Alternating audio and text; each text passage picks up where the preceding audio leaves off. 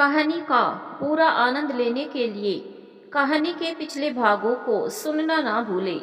कहानी के पिछले भागों का लिंक आपको नीचे कमेंट बॉक्स और डिस्क्रिप्शन बॉक्स में मिलेगा।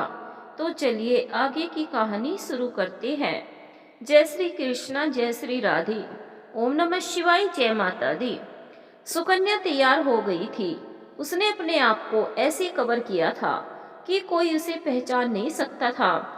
अर्जुन भी तैयार हो गया था। उसका काम बस इतना था कि यदि सुकन्या पर कोई खतरा आए तो उसे उसकी मदद करनी थी। कुछ समय बाद वे उस ऑफिस के सामने थे। अभी मेजर शायद गई नहीं थी। सुकन्या ने अर्जुन को वहीं थोड़ी दूरी पर बैठने को कहा और वह उस जगह को देखने चली गई। उसमें एक ऑफिस नहीं था बल्कि और भी ऑफिस थे।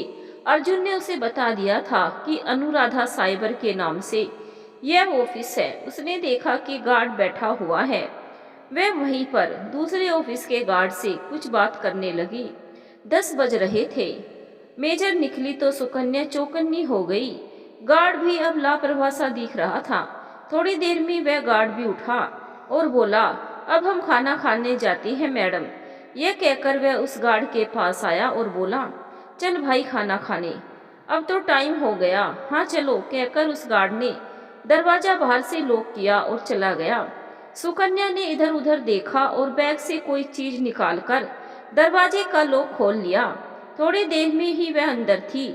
उसने बैग से कोई स्प्रे जैसा निकाला और उसे ऑफिस में स्प्रे कर दिया। काम कर रहे वे लोग उस गंध से परेशान हो उठे और अपनी अपनी जगह से उठे बाहर निकलने के लिए, लेकिन उन पर बेहोशी छा गई। सुकन्या ने अर्जुन को जल्दी अंदर आने के लिए कहा। अर्जुन के आने से पहले ही सुकन्या मेजर के कैबिन का लॉक खोल चुकी थी। उनके पास मात्र आधा घंटा ही था कुछ करने के लिए। अर्जुन अंदर आया और हैरत से सुकन्या को देख रहा था। उसके चेहरे के भाव सुकन्या से छिपे नहीं थे। मुझे मत देखो, जिस काम के लिए आयो है वह करो, समझे? अभी तुम ऐसे न जाने कितनी बार चौंकोगे। तुम हो कौन यह समझने की कोशिश कर रहा हूँ। चोरों की तरह ताले भी खोल दिए। समय नहीं है, गार्ड कभी भी आ जाएगा। हमें कोई निशान नहीं छोड़ना है, समझे? नहीं तो बस यह सब रहेगा पास में। ये लोग फिर बच जाएंगे, सुकन्या ने शीघ्रता से कहा। अर्जुन यह सुनकर मेजर के केबिन में लगे सिस्टम का डेटा पेन ड्राइव में ट्रांसफर करने चला, लेकिन पासवर्ड प्रोटेक्टेड था सिस्टम। सुकन्या ने खुद बैठकर उस पासवर्ड को क्रैक किया तो अर्जुन की आंखें आश्चर्य से फटी रह गई। डेटा ट्रांसफर हो रहा था तो सुकन्या ने अर्जुन के केबिन से और सबूत तलाशने को कहा और खुद भी ऑफिस में छानबीन करने लगी। आधा घंटा बीतने में कुछ ही मिनट बाकी थे। इस बीच वह बाहर जाकर भी झांक आई थी। अभी गार्ड दिखाई नहीं दे रहे थे। जैसे ही डेटा ट्रांसफर हुआ, सुकन्या ने अर्जुन को सबसे पहले बाहर भेजा। मेजर का केबिन लॉक करके उसने उन बेहोश लोगों पर पानी के छींटे मारे तो वह लोग हिलने डुलने लगे। उसने अपना बैग उठाया और बाहर आई तो देखा गार्ड सामने ही चाय पीता नजर आया। सुकन्या तत्परता से सामने से न निकलकर दूसरे ऑफिस के पास जाकर खड़ी हो गई। जैसे ही गार्ड ने नजरें फेरी, वह रैंप से दूसरी तरफ नीचे उतर आई थी। अंदर लोग होश में आ गए थे। वे एक दूसरे को देख रहे थे। फिर उनमें से एक उठकर बाहर आया। गार्ड भी आ चुका था। दरवाजा खुला था या बंद, अब यह संशय भी समाप्त हो गया था, क्योंकि वह लोग अंदर से खोल सकते थे दरवाजा। किसी ने किसी से कुछ नहीं पूछा। थोड़ी देर में अर्जुन और सुकन्या अपने होटल में थे। काम इतनी आसानी से हो जाएगा, उन्हें अब तक यकीन नहीं हो रहा था। अर्जुन को तो अब सुकन्या की कारगुजारियों पर यकीन नहीं था। तुम कभी अपनी सच्चाई बताओगी? यह सब तुमने कहाँ से सीखा? जासूस कैसे बनी? अर्जुन फिर पूछ बैठा था, लेकिन वह कुछ नहीं बोली। वह मोबाइल में उन पेपर्स की फोटो देख रही थी जो उसने ऑफिस से क्लिक की थी। समझना चाह रही थी कि रहस्य में पर था। पहले शुरू हुई या पद्मनी का यह शहरी धंधा? क्या रहस्यमयी प्रथा गांव के लोगों को ठगने के लिए की गई या गांव में अपनी साख स्थापित करने के लिए? अपना मोबाइल दो, जो पिक्चर्स क्लिक की है या तो उनको पढ़ो और कुछ ठोस सबूत ढूंढो या मुझे दे दो। तुम तो मकसद भूल गए, बस मेरा रहस्य जानने की जल्दी है। सुकन्या ने मोबाइल के लिए हाथ बढ़ाया। यह सुनकर अर्जुन को झटका सा लगा। ओह माफ करना सुकन्या, लाओ मैं ही देखता हूँ। तुम्हें कुछ मिला अपनी पिक्चर्स में? हाँ, एक बात तो समझ आ गई कि यह जो अनुराधा नाम है यह बहुत महत्वपूर्ण है। इनकी जो कंपनियां हैं और उनके नाम पर जो लेन देन है वो अनुराधा नाम से ही हो रहा है। अगर ये अनुराधा कोई औरत है तो पद्मनी की बहुत खास होगी। कौन है ये अनुराधा? भगवान तो नहीं हो सकती। सुकन्या गंभीर थी। हाँ, यह तो मैंने भी नोटिस किया था कि सारा लेन देन जो हो रहा है वह इस नाम पर हो रहा है। मुझे भी अजीब लगा था कि अनुराधा नाम से अलग अलग कंपनियां खोली गई है पर उनका अस्तित्व नहीं है, बस ट्रांजैक्शन के लिए ही है ये कंपनियां। अर्जुन ने यह पहले भी महसूस किया था। ये बात तो है। मैं कल इस पेन ड्राइव के डेटा में ढूंढने की कोशिश करूंगी कि कहीं कोई ऐसा सूत्र मिल जाए जो हमारी खोज को दिशा दे। सुकन्या ने कुछ सोचकर कहा, अभी क्यों नहीं, लैपटॉप तो है अपने पास। अर्जुन ने कहा, वो कल के लिए रहने दो। अच्छा ये देखो कि इनको कांटेक्ट कैसे कर सकते हैं। क्या कोई वेबसाइट भी है क्या जिस पर रजिस्टर होकर हम इनसे कांटेक्ट कर पैटर्न समझ सके? सुकन्या फिर से देखना शुरू किया। इस बार दोनों ही गंभीरता से एक एक पेज को बारीकी से देख रहे थे। बार बार एक ही शब्द का जिक्र था, प्रथा प्रसाद कोम। ये चौंकाने वाला शब्द था। गूगल पर यह शब्द टाइप करने पर उनके सामने अनेक वेबसाइट्स खुल गई। दोनों एक दूसरे को आश्चर्य से देख रहे थे। अरे बाप रे, पद्मनी तो बहुत पहुंची हुई निकली रे। इनमें से एक वेबसाइट जरूर उनकी ही होगी। यह तो बहुत बड़ा खेल है भाई। सुकन्या ने सिर पर हाथ मारा। हाँ, इनमें से 4 तो देश के बड़े मंदिरों की है। ये देखो मैंने सर्च कर ली, पर ये वाली किसी मंदिर से संबंधित नहीं है। इस पर रजिस्टर करे क्या? अर्जुन और सुकन्या दोनों ही हैरत में थे। प्रथा प्रसाद कोम देखने में ऐसा लग रहा था जैसे मंदिरों में लगने वाले भोग को घर घर पहुंचाने का माध्यम हो। बड़ी देर तक दोनों उस वेबसाइट को देखते रहे। उस पर रजिस्टर करने की अच्छी खासी फीस थी। क्या करे, कर दे रजिस्टर। अभी इतनी फीस है तो आगे कितना पैसा लेंगे? कहाँ से लाएंगे इतना पैसा? इतने दिनों में उसकी नौकरी भी अस्त व्यस्त हो गई थी और जो सेविंग्स थी वह पहले ही उन प्रयासों पर खर्च कर चुका था जो अब तक असफल सिद्ध हुए थे। अभी तो रजिस्टर करते हैं। रजिस्ट्रेशन फीस 10,000 ही तो है। करो रजिस्टर, आगे की आगे देखते हैं, कर लेंगे व्यवस्था। सुकन्या आत्मविश्वास के साथ बोली। उन्होंने खुद को रजिस्टर करना चाहा, पर वह आईडी भी मांग रहे थे। यह समस्या बहुत बड़ी थी। दोनों ही अपनी आईडी नहीं दे सकते थे। अर्जुन और सुकन्या इस बात को लेकर परेशान हो गए। उनका उत्साह डगमगाने लगा, लेकिन सुकन्या कुछ सोच रही थी। अच्छा अभी छोड़ो, कल सुबह देखते हैं, कहीं से जुगाड़ करती हूँ। जुगाड़? अरे अपनी आईडी कौन देगा? जो देगा वो पूछेगा नहीं कि क्यों चाहिए और तुम कहाँ से लाओगी। तो तुम ला सकते हो क्या? नहीं ना। तो फिर मैं जो कह रही हूँ उस पर विश्वास करो। मुझे इसकी चिंता नहीं कि आईडी कहाँ से आएगी। मुझे चिंता इस बात की है कि यह खेल इतना बड़ा कैसे हो गया। हम जिसे गांव की सामान्य प्रथा समझ रहे थे, ये तो बड़े पैमाने पर चलने वाला खेल है और इसमें सब शामिल हो सकते हैं। सुकन्या अब भी मोबाइल में पेपर देख रही थी और कुछ नोट करती जा रही थी। मुझे तो कुछ समझ नहीं आ रहा। मैं एक सीधा साधा व्यक्ति सुकून से अपनी जिंदगी जीना चाहता था। यही सोच अदिति से शादी की, पर इस सब में मेरी अपनी जिंदगी तबाह हो गई। इस खेल से और खेलने वालों से भला मेरा क्या लेना देना था। अच्छा, बस ऐसी ही सोच समाज में अपराध को बढ़ाती है। सोच कर देखो, तुम्हारे जैसे न जाने कितने लोग और अदिति जैसी न जाने कितनी अबलाएं होगी जो इस पीड़ा को, इस अत्याचार को झेल रही होगी। यह घृणित कर्तव्य करने वाले सुकून से जी रहे हैं, और जो बेचारे शिकार है उनकी पीड़ा दूर करने वाला कौन है। सुकन्या गुस्से में बोल रही थी।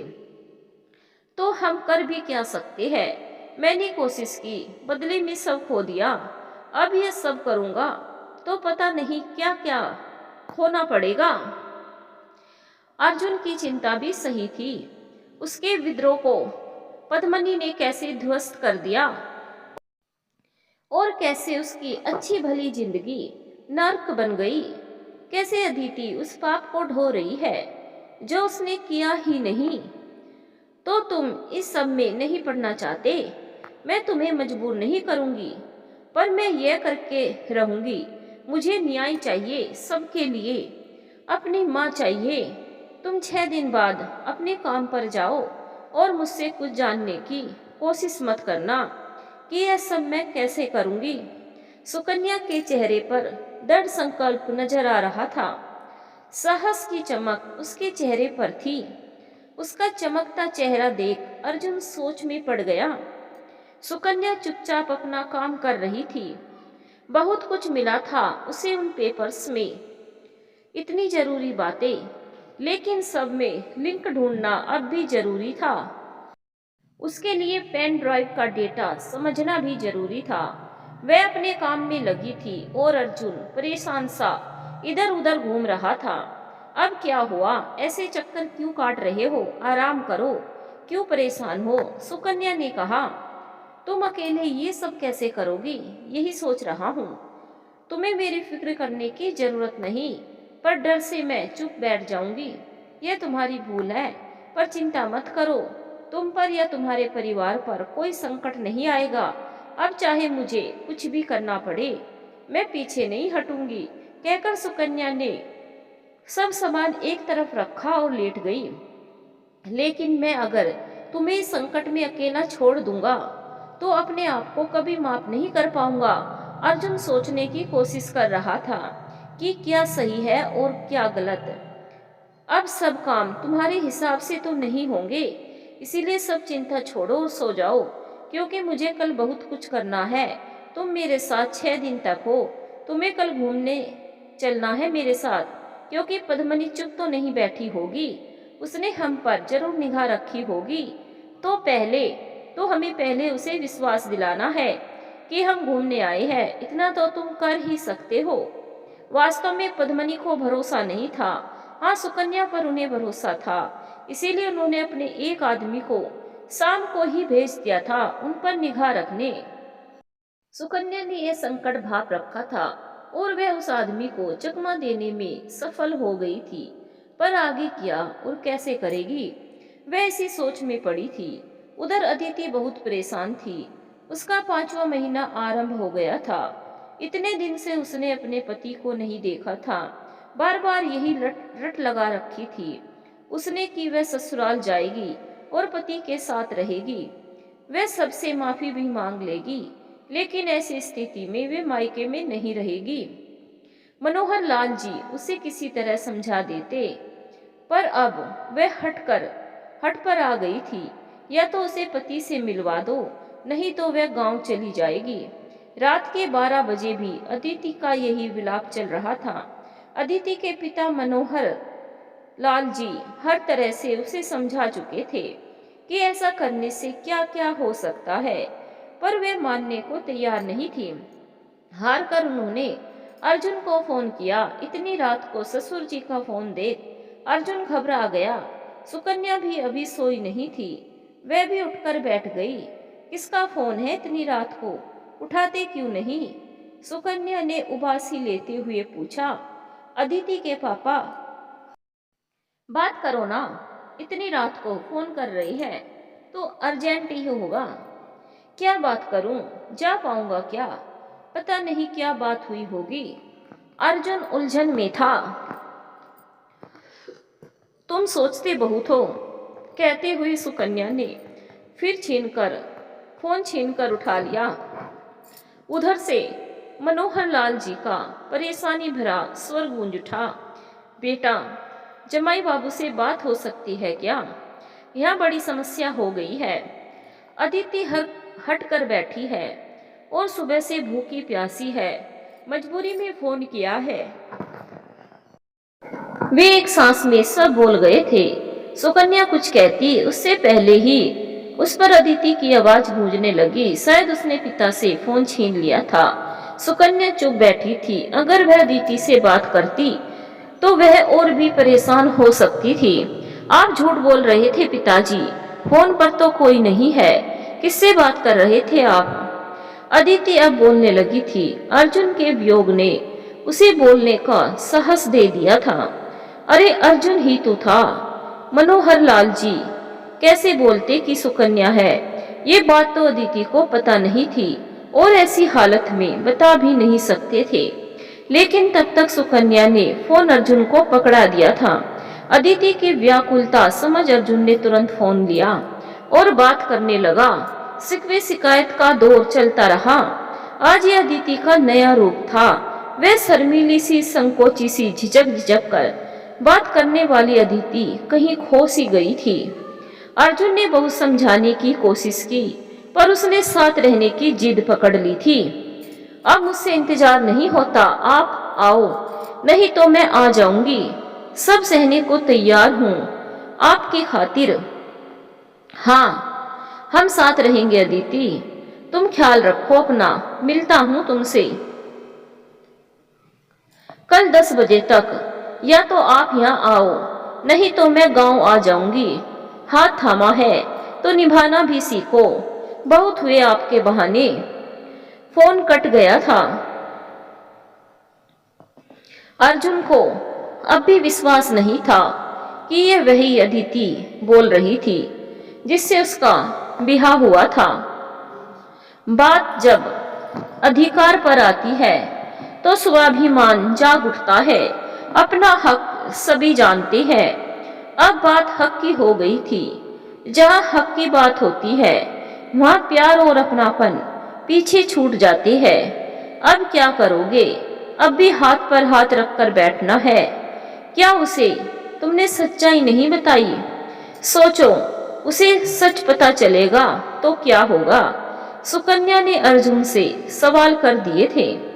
अब तुम शुरू मत हो जाओ। मैं समझ नहीं पा रहा हूँ कि मैं क्या करूँ। उसका यह रूप मैंने पहले कभी नहीं देखा। अर्जुन चिंतित स्वर में बोला। कल का पूरा दिन उसके साथ बिताओ। मैं तो यही कहूंगी, थोड़ा उसके घाव पर मरहम लग जाएगा। क्या? और किसी को पता चल गया तो? वो साथ आने की जिद पकड़ बैठी तो? तुम पुरुष होकर इतना डरते क्यों हो? ठंडे दिमाग से सोचो।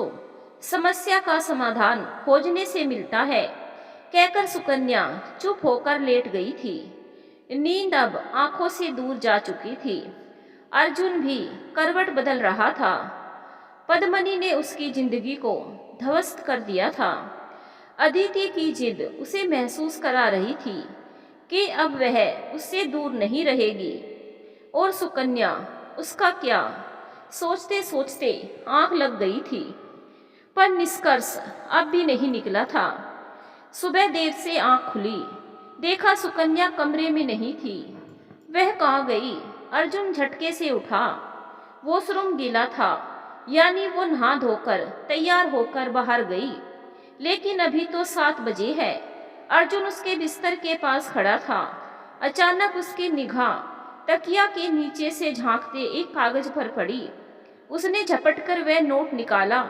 शाम को मिलते हैं, तुम अपनी समस्या का निवारण करो। नहीं आऊं तो चिंता मत करना। होटल से बाहर जाना हो तो पीछे के रास्ते से जाना। चेहरा कवर कर लेना। Good bye. अर्जुन को झटका लगा। अब ये कहाँ चली गई?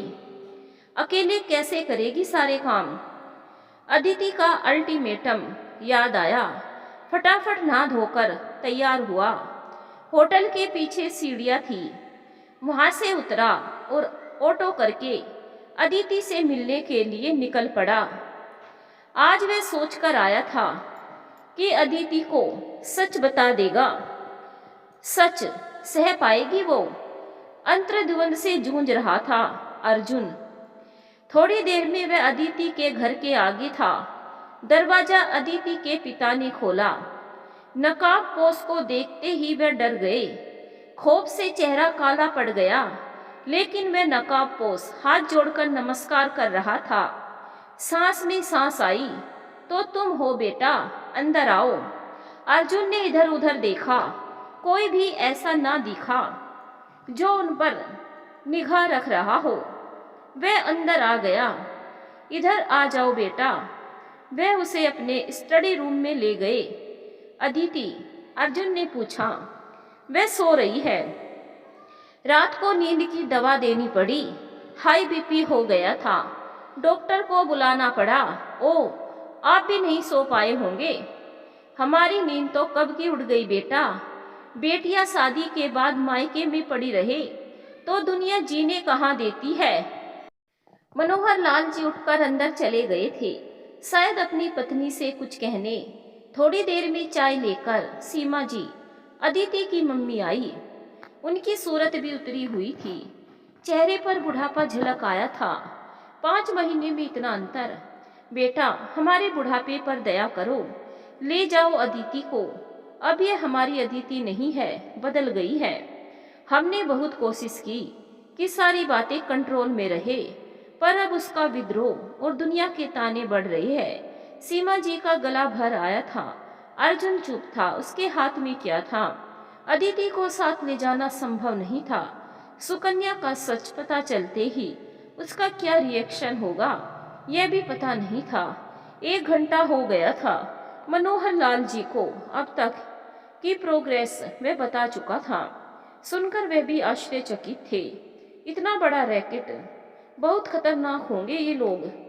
पर अदिति, वो कैसे समझेगी ये बात? अर्जुन को सुकन्या की भी फिक्र हो रही थी। वह कहाँ गई होगी? किसी मुसीबत में फंस गई तो? 2 बार फोन लगा चुका था, पर फोन नॉट रीचेबल था। आज वह खुद को एक डरपोक इंसान समझ रहा था।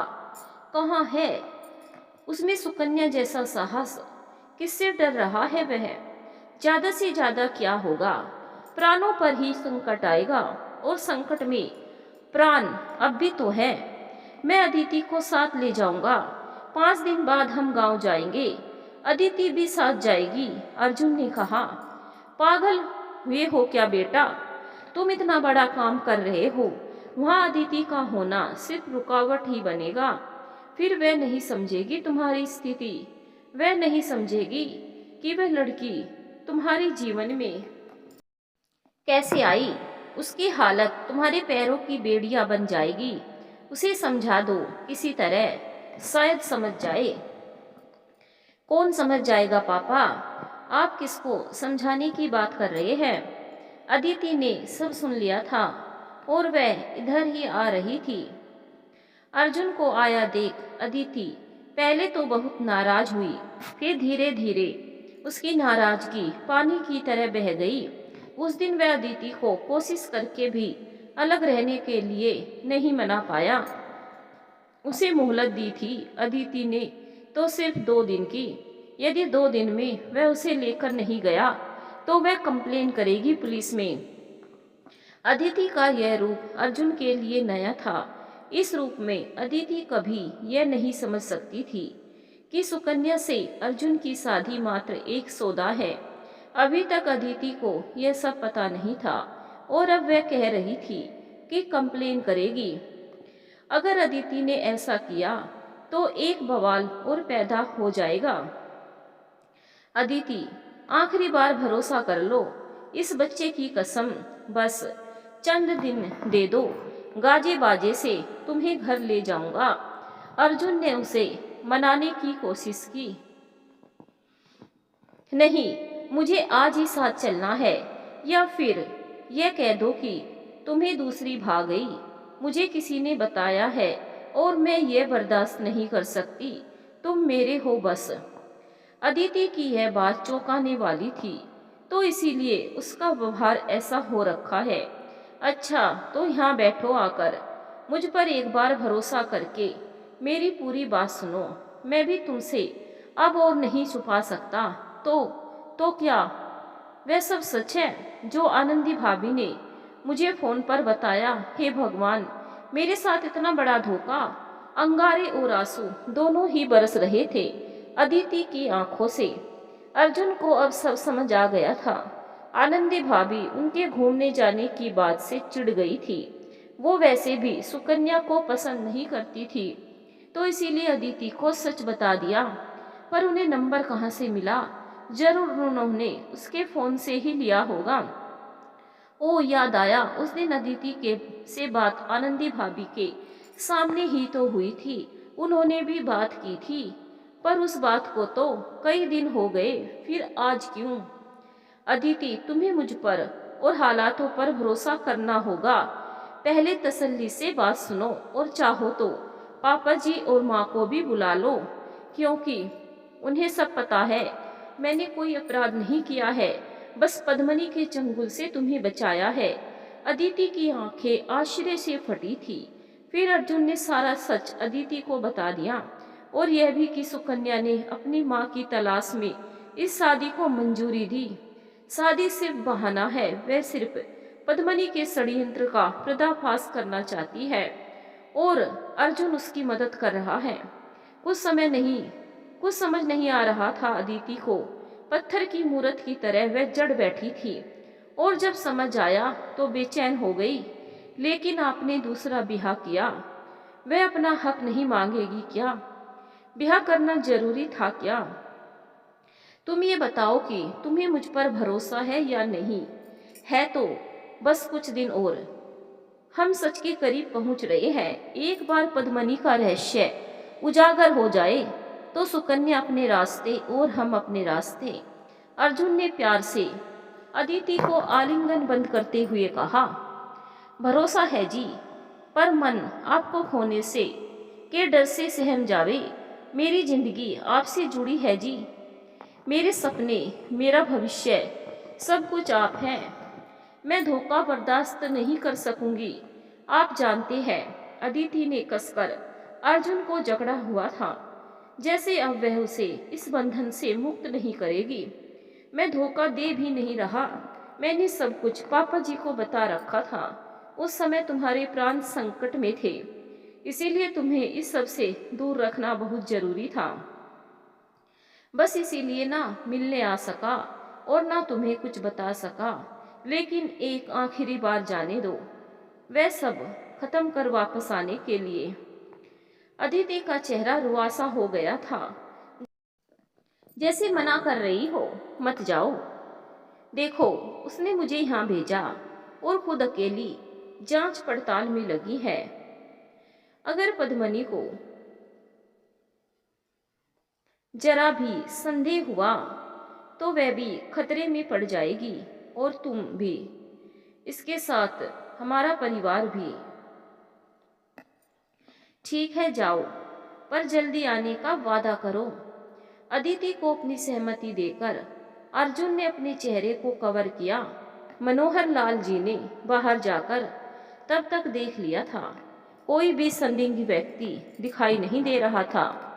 अर्जुन शीघ्रता से होटल पहुंचा, पर सुकन्या का कहीं अता पता नहीं था। फोन भी नॉट रीचेबल ही आ रहा था। कहाँ गई? सुबह से शाम होने वाली है, पर अभी तक कोई पता नहीं। कम से कम बता तो देती। रात हो गई इंतजार में, सुकन्या फिर भी ना आई तो अर्जुन का सब्र जवाब देने लगा, कहीं किसी मुसीबत में ना फंस गई हो। वह होटल से नीचे उतर आया। इस बार उसने देखा मोटरसाइकिल पर एक व्यक्ति उसे ही घूर रहा है। अर्जुन बस यूं टहलकर वापस होटल में आ गया।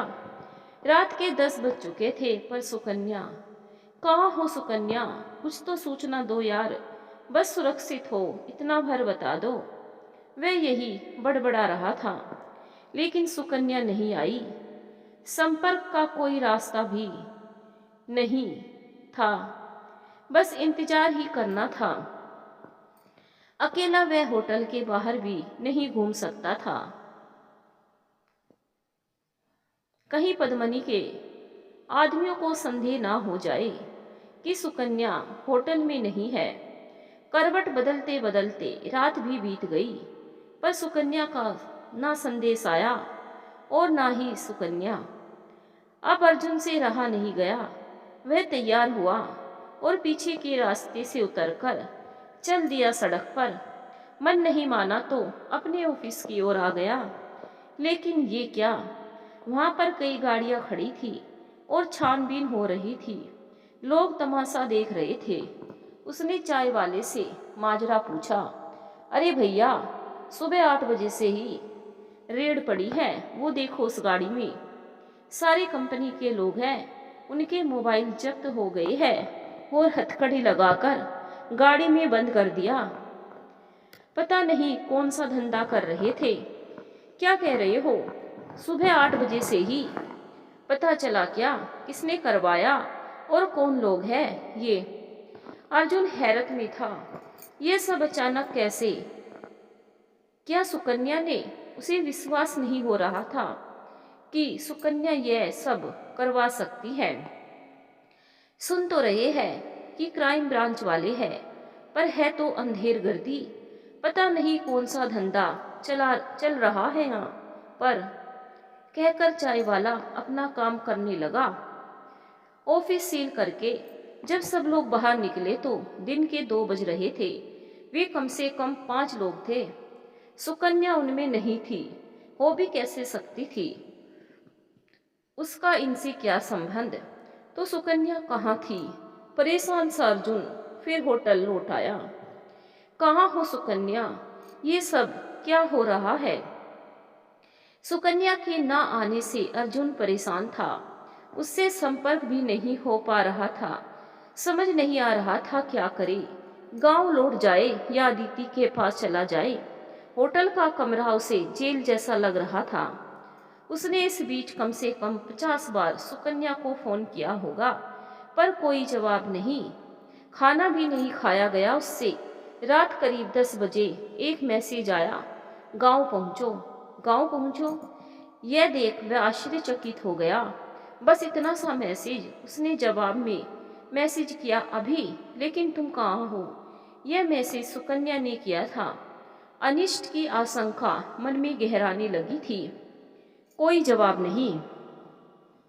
वह नीचे आया, चेकआउट किया। अब बसें तो बंद हो गई थी। उसे अंकित की याद आई। फोन करके अंकित को बुलाया। उससे उसकी बाइक लेनी थी। अंकित तुरंत आ गया। वह गांव पहुंचा तो नजारा ही अलग था। पूरा गांव पद्मनी की हवेली के बाहर इकट्ठा था। अर्जुन यह देखकर हैरत में पड़ गया। आखिर ये हो क्या रहा है? अभी गांव से जब गए थे तब तक तो सब सामान्य था। ये सब कौन और कैसे कर रहा है? और सुकन्या, वो कहाँ है? वह भी हवेली के अंदर जाना चाहता था, पर किसी को अंदर नहीं जाने दिया गया। आसपास लोग आक्रोशित हो रहे थे। पद्मनी के यहाँ इस तरह से पहले कोई बाहर लोग नहीं आए थे। अर्जुन को समझ आ रहा था कि यहाँ शायद छापा पड़ा है। वह घर आ गया तो देखा सुकन्या घर में थी। अर्जुन की आंखें सिकुड़ गई। उसने सुकन्या का हाथ पकड़ा और खींचते हुए कोठरी में ले गया। कहाँ थी तुम? कितनी चिंता हो गई थी, पता है तुम्हें? और यहाँ कैसे पहुंची तुम? और यह सब क्या हो रहा है, कुछ बताओगी? मैं तुम्हें अभी कुछ नहीं बता सकती। थोड़ा धैर्य रखो, सब सामने आ जाएगा। सुकन्या ने हाथ छुड़ा लिया था। तभी एक व्यक्ति दरवाजे पर आ गया। अर्जुन कौन है? चलो हमारे साथ। अर्जुन और सुकन्या दोनों बाहर आ गए। मैं हूँ अर्जुन। कहाँ जाना है और क्यों? आपको हवेली चलना है। आप हवेली के लिए काम करते हैं। हवेली से जुड़े लोगों के अरेस्ट का ऑर्डर है। शायद वह कोई कांस्टेबल था सादी वर्दी में। लेकिन मैं क्यों? मैं तो अभी 1 डेढ़ महीने से ही काम कर रहा हूँ। अर्जुन घबरा गया था। सावित्री भगत सिंह यह देखकर गिड़गिड़ाने लगे। अरे म्हारे छोरा री गलती कोनी, नौकरी पर पद्मनी रखे थी, म्हारो छोरा गलत काम कोनी करे। मैं कुछ नहीं जानता, इनको चलना ही पड़ेगा, अगर कुछ नहीं किया तो छूट जाएंगे। पूछताछ ही तो करनी है, डर क्यों रहे हैं? कांस्टेबल ने अर्जुन को चलने के लिए फिर कहा। सुकन्या कमरे में से झांक कर देख रही थी, पर सामने नहीं आई। अर्जुन चला गया। सावित्री और भगत सिंह भी पीछे पीछे भागते हुए चले गए। उनके आंसू थमने का नाम नहीं ले रहे थे। आधी रात बीतने को थी, पर गांव वालों की आंखों में नींद नहीं थी। उनकी परम पूज्य पद्मनी जी के यहाँ बाहर के लोग उत्पात मचाए, यह बर्दाश्त के बाहर था। गांव वाले हवेली में घुसने की जद्दोजहद में लगे थे। जब अर्जुन को हवेली की ओर ले जाया गया तो कानून फूसी भी शुरू हो गई। जब से जे भगत सिंह के लड़के का बिहाव हुआ, तब से गांव पर विपद ही आ रही है। मनहूस है जे परिवार गांव के लिए, जाने कैसी कैसी बातें कर रहे थे सब। अरे इन्हें तो जात बाहर कर देते तो ठीक रहते। बताओ बेचारी पद्मनी जी को कितनों परेशान होना पड़ी है। कहीं से ये स्वर भी उठा था। लोगों की निगाहें घृणा से भरी थी। पद्मनी ने आज तक सबका भला जो किया था। अर्जुन अंदर चला गया था। अंदर फाइलें रखी थी, लेन देन की जांच चल रही थी, हवेली की छानबीन की जा रही थी। पद्मनी के कमरे से भी रजिस्टर निकल रहे थे, जिनमें लड़कियों के नाम थे। फिर 2 संदूक निकले, जिनमें रुपए, गहने और कुछ सोने के सिक्के थैलियों में बंधे थे। वहां सब बैठे हुए थे, हरिया, गणपत, अर्जुन, पद्मनी के यहाँ काम करने वाले नौकर चाकर, उनके शागिर्द। पूछताछ जोरों पर चल रही थी। पद्मनी के चेहरे पर खून सा उतर आया था। वह बार बार अपना मोबाइल मांग रही थी, लेकिन उनकी सुनने वाला अब कोई नहीं था। कभी वह उठकर चहलकदमी करती, कभी जोर से चिल्लाती, अरे थे मन्ने जानो कौन, एक बार मैंने मारो मोबाइल तो दे, अभी अठे से थारो पत्तो ना कट जावे तो कहिए। अर्जुन बस यही सोच रहा था कि यह सब इतना आसान तो था, तो इतनी देर क्यों हुई और यह सब किया किसने? बार बार उसका ध्यान सुकन्या पर जाता, पर दिल कहता कि यह उस लड़की के बस की बात नहीं। हैरत सबको थी, गुस्सा भी था, पर सच वो तो अभी सामने आना बाकी था। सारी रात पूछताछ हुई और सबसे अलग अलग पूछताछ हुई। पद्मनी के तहखाने में जांच चल रही थी और फिर तहखाने से एक गुप्त रास्ता भी निकल आया जो सीधा जंगल से निकलता था। उस तहखाने में पद्मनी तो नहीं, पर कोई और रहता था। यह फोरेंसिक वाले आपस में बात कर रहे थे। जांच उलझ रही थी, क्योंकि पद्मनी तो कुछ बताने को तैयार नहीं थी, पर वे व्याकुल बहुत सी और बार बार तहखाने को बंद करने की बात कह रही थी। उस तहखाने में ऐसा क्या था? हरिया तो गया था उस तहखाने में, उसे बड़ा अजीब लगा था। वहाँ तहखाना, जंगल, हवेली, मंदिर, इनका आपस में क्या रिश्ता था? यह जांच करने वाली टीम समझ नहीं पा रही थी। खैर, जांच पड़ताल के लिए अपने लोगों को वहां छोड़कर पद्मनी की हवेली से बरामद सबूत लेकर और गिरफ्तार लोगों को लेकर एक टीम वहां से रवाना हो गई। पद्मनी इस सब तमाशे को बर्दाश्त नहीं कर पा रही थी। उन्हें पता नहीं किसकी चिंता हो रही थी। मैंने कुछ गलत नहीं किया है, मुझे छोड़ दो, जैसी बातें वो लगातार बोल रही थी। अर्जुन भी साथ ही था। छोरा तू बता, हमारे को कभी कुछ गलत दिखा हवेली में? हरिया तू बोल, कब से काम कर रहा है हमारे साथ, गलत होते देखा कुछ? पद्मनी सबसे यही प्रश्न बार बार पूछ रही थी। मैंने देखा, बोल पद्मनी, हमारी गायत्री इकट्ठी है। हमारी गायत्री को मैंने थारे पास ही छोड़ा, बल्कि तुमने बुलाया था गायत्री को। तुमने हमारे साथ बुरा किया। चौकीदार जगपाल चिल्ला उठा था। ये तुम लोग अपना मुंह बंद कर बैठो, नहीं तो सबको डंडे पड़ेंगे। अभी सच सामने आ जाएगा कि किसने क्या किया है। एक कांस्टेबल चिल्लाया। ये जगह पुलिस थाना तो नहीं थी, पर क्राइम ब्रांच वालों ने शायद ले रखी थी। थोड़ी देर में वहां 2 लोग आए, शायद बड़े अफसर थे। जांच में क्या मिला अब तक? लाओ यहाँ अंदर लाओ। ये आवाज, अर्जुन चौंक पड़ा था। यह तो जांच पड़ताल चल रही थी। दोषी पर दोष सिद्ध न हो तब तक उसे नजरबंद रखना जरूरी था। सीबीआई बहुत दिनों से इस केस की जांच कर रही थी, पर कोई पुख्ता सबूत न मिलने की वजह से और पद्मनी के काम करने के तरीके के कारण अब तक हवेली पर कोई दोष सिद्ध नहीं कर पाए थे। पहली बार हवेली से इतने दस्तावेज मिले थे जिनकी जांच करके ही पता चलता कि कौन कौन से कांड ही किए हैं। अर्जुन बैठा सिर खुजा रहा था। कौन लोग हैं? आवाज तो सुकन्या जैसी थी, पर हो सकता है मेरा भ्रम हो। थोड़ी देर बाद उसका यह भ्रम सच साबित हो गया। सावित्री, भगत सिंह और सुकन्या उस जगह आ गए थे। भगत सिंह और सावित्री के गिड़गिड़ाने की आवाज अर्जुन को दुखी कर रही थी। तभी एक व्यक्ति ने बाहर आकर कहा, कौन है अर्जुन? जाओ उनको बोलो कि थोड़ी देर में तुम घर पहुंच जाओगे, इसीलिए यहाँ शोर न मचाए। तुम्हें जानकारी के लिए यहाँ लाया गया है। अर्जुन बाहर आया। सावित्री देखते ही उससे लिपट गई। अरे मारी छोरा को बंदी ना बना लियो, तू ठीक तो है छोरा? माँ, बाबूजी, आप लोग घर जाओ, मैं बंदी कोनी, बस फाइला को काम समझवाए खातिर मैंने हाँ लेकर आई है। मैंने फाइल रो काम कियो है। जब सब समझ जाएंगे तो मैं घर आ जाऊंगा। सावित्री तो ममता की मारी थी, क्या समझती, पर भगत सिंह के पल्ले कुछ कुछ बात आ गई। तो साची बोले है छोरा, ठीक है चल। अर्जुन की माँ, काम होने से पहले छोरा यहाँ से ना जा सके है। बड़ी मुश्किल से सावित्री जाने को तैयार हुई। अरे बहू कहाँ है? भगत सिंह चौंका। माँ, बाबूजी, आप लोग जाओ, मैं अट्ठे ही हूँ, अपने पति ने लेकर आऊंगी। सुकन्या ने कहा, तुम माँ बाबूजी के साथ आई तो वो कौन थी? अर्जुन हैरत से सुकन्या को देख रहा था।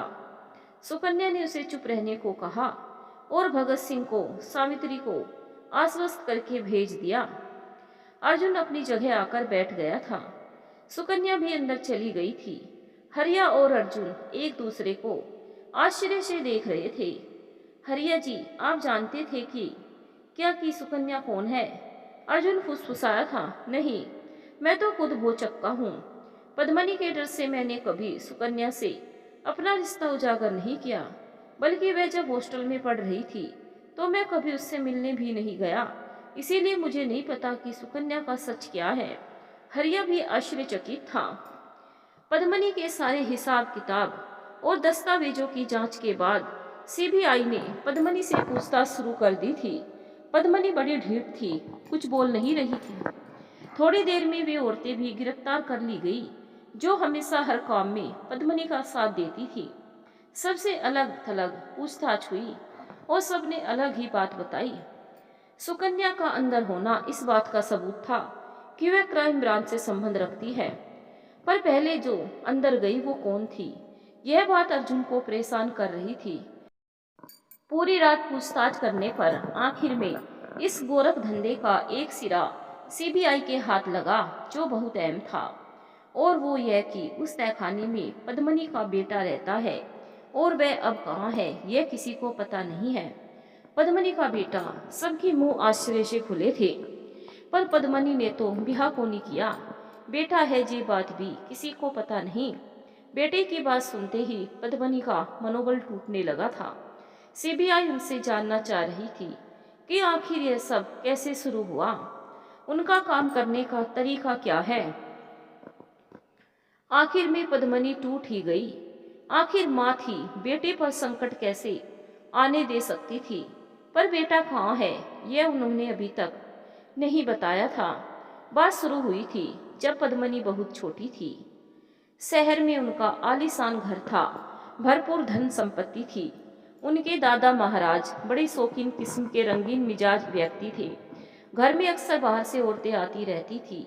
दादा को बाहर की औरतों के साथ समय बिताना अच्छा लगता, इसके लिए वे संचित धन फेंकते रहते।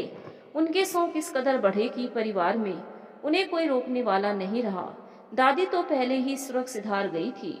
उनके शौक बढ़ रहे थे, साथ ही कर्ज भी बढ़ रहा था। उनके दोनों बेटे यह देख दुखी थे। कर्जदार होने के साथ ही इज्जत भी जा रही थी। खैर, जब बात ज्यादा बढ़ी तो वो शहर का घर बेचकर और कर्जेदारों का कर्जा चुकाकर गांव आ गए। जो पैसा बचा था उससे गांव के घर की मरम्मत करवाई, लेकिन अब आजीविका का संकट था। गांव की स्थिति भी ठीक नहीं थी। खेतों में रातों रात कुछ उग नहीं सकता था। उधर पद्मनी के दादा की लत उन्हें उग्र बना रही थी। यद्यपि वे 65 साल के लगभग रहे होंगे, अब भी उनका जोश कायम था। ऐसा लगता था कि मानसिक रूप से विकसित और उनके पास हर समय औरत का होना जरूरी है। बेटों के पास इस समस्या का कोई इलाज नहीं था। उनकी इच्छा के लिए शहर से किसी को लाया जाता, पर पैसा भी तो हो। और फिर एक दिन गांव के इस मंदिर पर उनकी नजर पड़ी। मंदिर का निर्माण कराने के लिए उन्होंने फिर कर्जा लिया। अपने पिता को बाहर की औरतों पर पैसा फेंकते देख कर ही बेटे बड़े हुए थे और अब उन्हें रास्ता नजर आ रहा था कि अगर यह काम वह खुद करे तो। मंदिर बना तो रहस्यमयी प्रथा की मुनादी करवा दी गई। गांव वाले पहले तो इस प्रथा को लेकर तैयार नहीं थे, लेकिन विवाह के बाद वर वधू को मंदिर में लाने की परंपरा तो थी ही, बस यही से छल शुरू हुआ। मंदिर बना तब गांव में शादियों का समय था। वर वधू मंदिर में लाए जा रहे थे। वधू के घर वालों को नशीला पदार्थ खिलाकर बेहोश कर दिया जाता और फिर वधू को बेहोशी की अवस्था में सुरंग के रास्ते हवेली के तहखाने में ले जाया जाता, जहां पर उसका भोग लगाने के लिए पद्मनी के दादा तैयार रहते। उन्हें यह सब बहुत अच्छा लगने लगा था। इस कार्य ने पद्मनी के पिता और चाचा के मन में भी हैवानियत जगा दी थी। सुबह वधू अचेत अवस्था में ही पालकी में मिलती। गांव वाले शक न करे इसके लिए उन्हें गहने रुपये पैसे दिए जाते, पर इसके लिए पैसे भी चाहिए थे। रेशमी प्रथा को जिंदा रखने, लोगों को खुश करने के लिए पैसा चाहिए था। पैसा तो था नहीं, फिर लोगों का दिल भी तो जीतना था। पैसा बहुत ही जरूरी था। अय्यासी करने वाले काम नहीं कर पाते, मेहनत मजदूरी से उनका वास्ता नहीं होता। व्यवसाय करने के लिए अक्ल चाहिए होती है और अक्ल उनके पास थी। जिस काम में उन्हें मजा आ रहा था, सोच विचार कर उसे ही व्यवसाय का रूप देने का, काम करने का विचार किया। इसके लिए उन्होंने पहले शहर में अपने शागिर्द ऐसी जगह बिठाई जहां देव व्यापार का धंधा फलता फूलता था। वहां पर पैसे वाले लोगों को टारगेट करने लगे। सुहाग रात का सुख ऊंचे दामों पर बिकने लगा। तब तक पद्मनी 15 वर्ष की हो गई थी। उन्हें पहले तो ये सब समझ में नहीं आया। वैसे भी उनकी माँ उन्हें इस सब से दूर रखना चाहती थी। इतना बोलकर पद्मनी खामोश हो गई थी। आगे बोलो, तुम्हें पता होना चाहिए कि हमारे लोग लगे हुए हैं। आज नहीं तो कल तुम्हारा बेटा भी यहीं बैठा होगा तुम्हारी बगल में। अच्छा होगा कि सच बोलकर हमारी मदद करो। ऑफिसर की कड़क आवाज गूंज उठी थी। पद्मनी इस समय खुद को टूटा हुआ महसूस कर रही थी। उन्हें विश्वास नहीं हो रहा था कि इस तरह से उनका सच सामने आएगा। क्या बोलूं, और ऐसी ही कहानी है आगे की। आपने जो सजा देनी है दे दो। हमारे बोलने से आप सजा कम थोड़ी कर दोगे। पद्मनी ने थके स्वर में कहा था। देखो, जो जुर्म तुम्हारे घर वालों ने और तुमने किया है, उसका कबूलनामा तो तुम ही अपने मुख से उगलोगी। हमारे पास सबूतों की कमी नहीं है। सच्चाई बताओ और अपना जुर्म कबूल करो। यही प्रक्रिया है। ऑफिसर का की कड़क आवाज गूंज उठी थी। उस कमरे में उस लेडी ऑफिसर के अलावा कोई और नहीं था। बाकी लोग बगल के कमरे में सबूतों की लिस्ट तैयार कर रहे थे। सुकन्या उनके साथ बैठी काम कर रही थी। कौन थी वह ऑफिसर? अर्जुन अब भी सोच में पड़ा हो था। क्या सुकन्या ने क्राइम ब्रांच में प्रशिक्षण लिया है? सुकन्या का क्या रोल है इन सब में?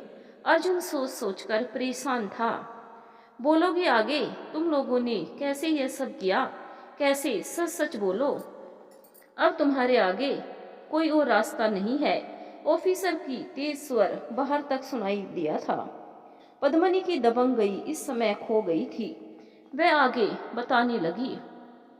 उस समय का ज्यादा कुछ उन्हें पता नहीं, पर यह सब उनके पिता ने उन्हें समझाया था कि कैसे उन्होंने इसे खानदान का व्यवसाय बनाया है। इसमें इज्जत, पैसा सब कुछ है। बस गांव वालों को का पैसों से मुंह बंद रखना है।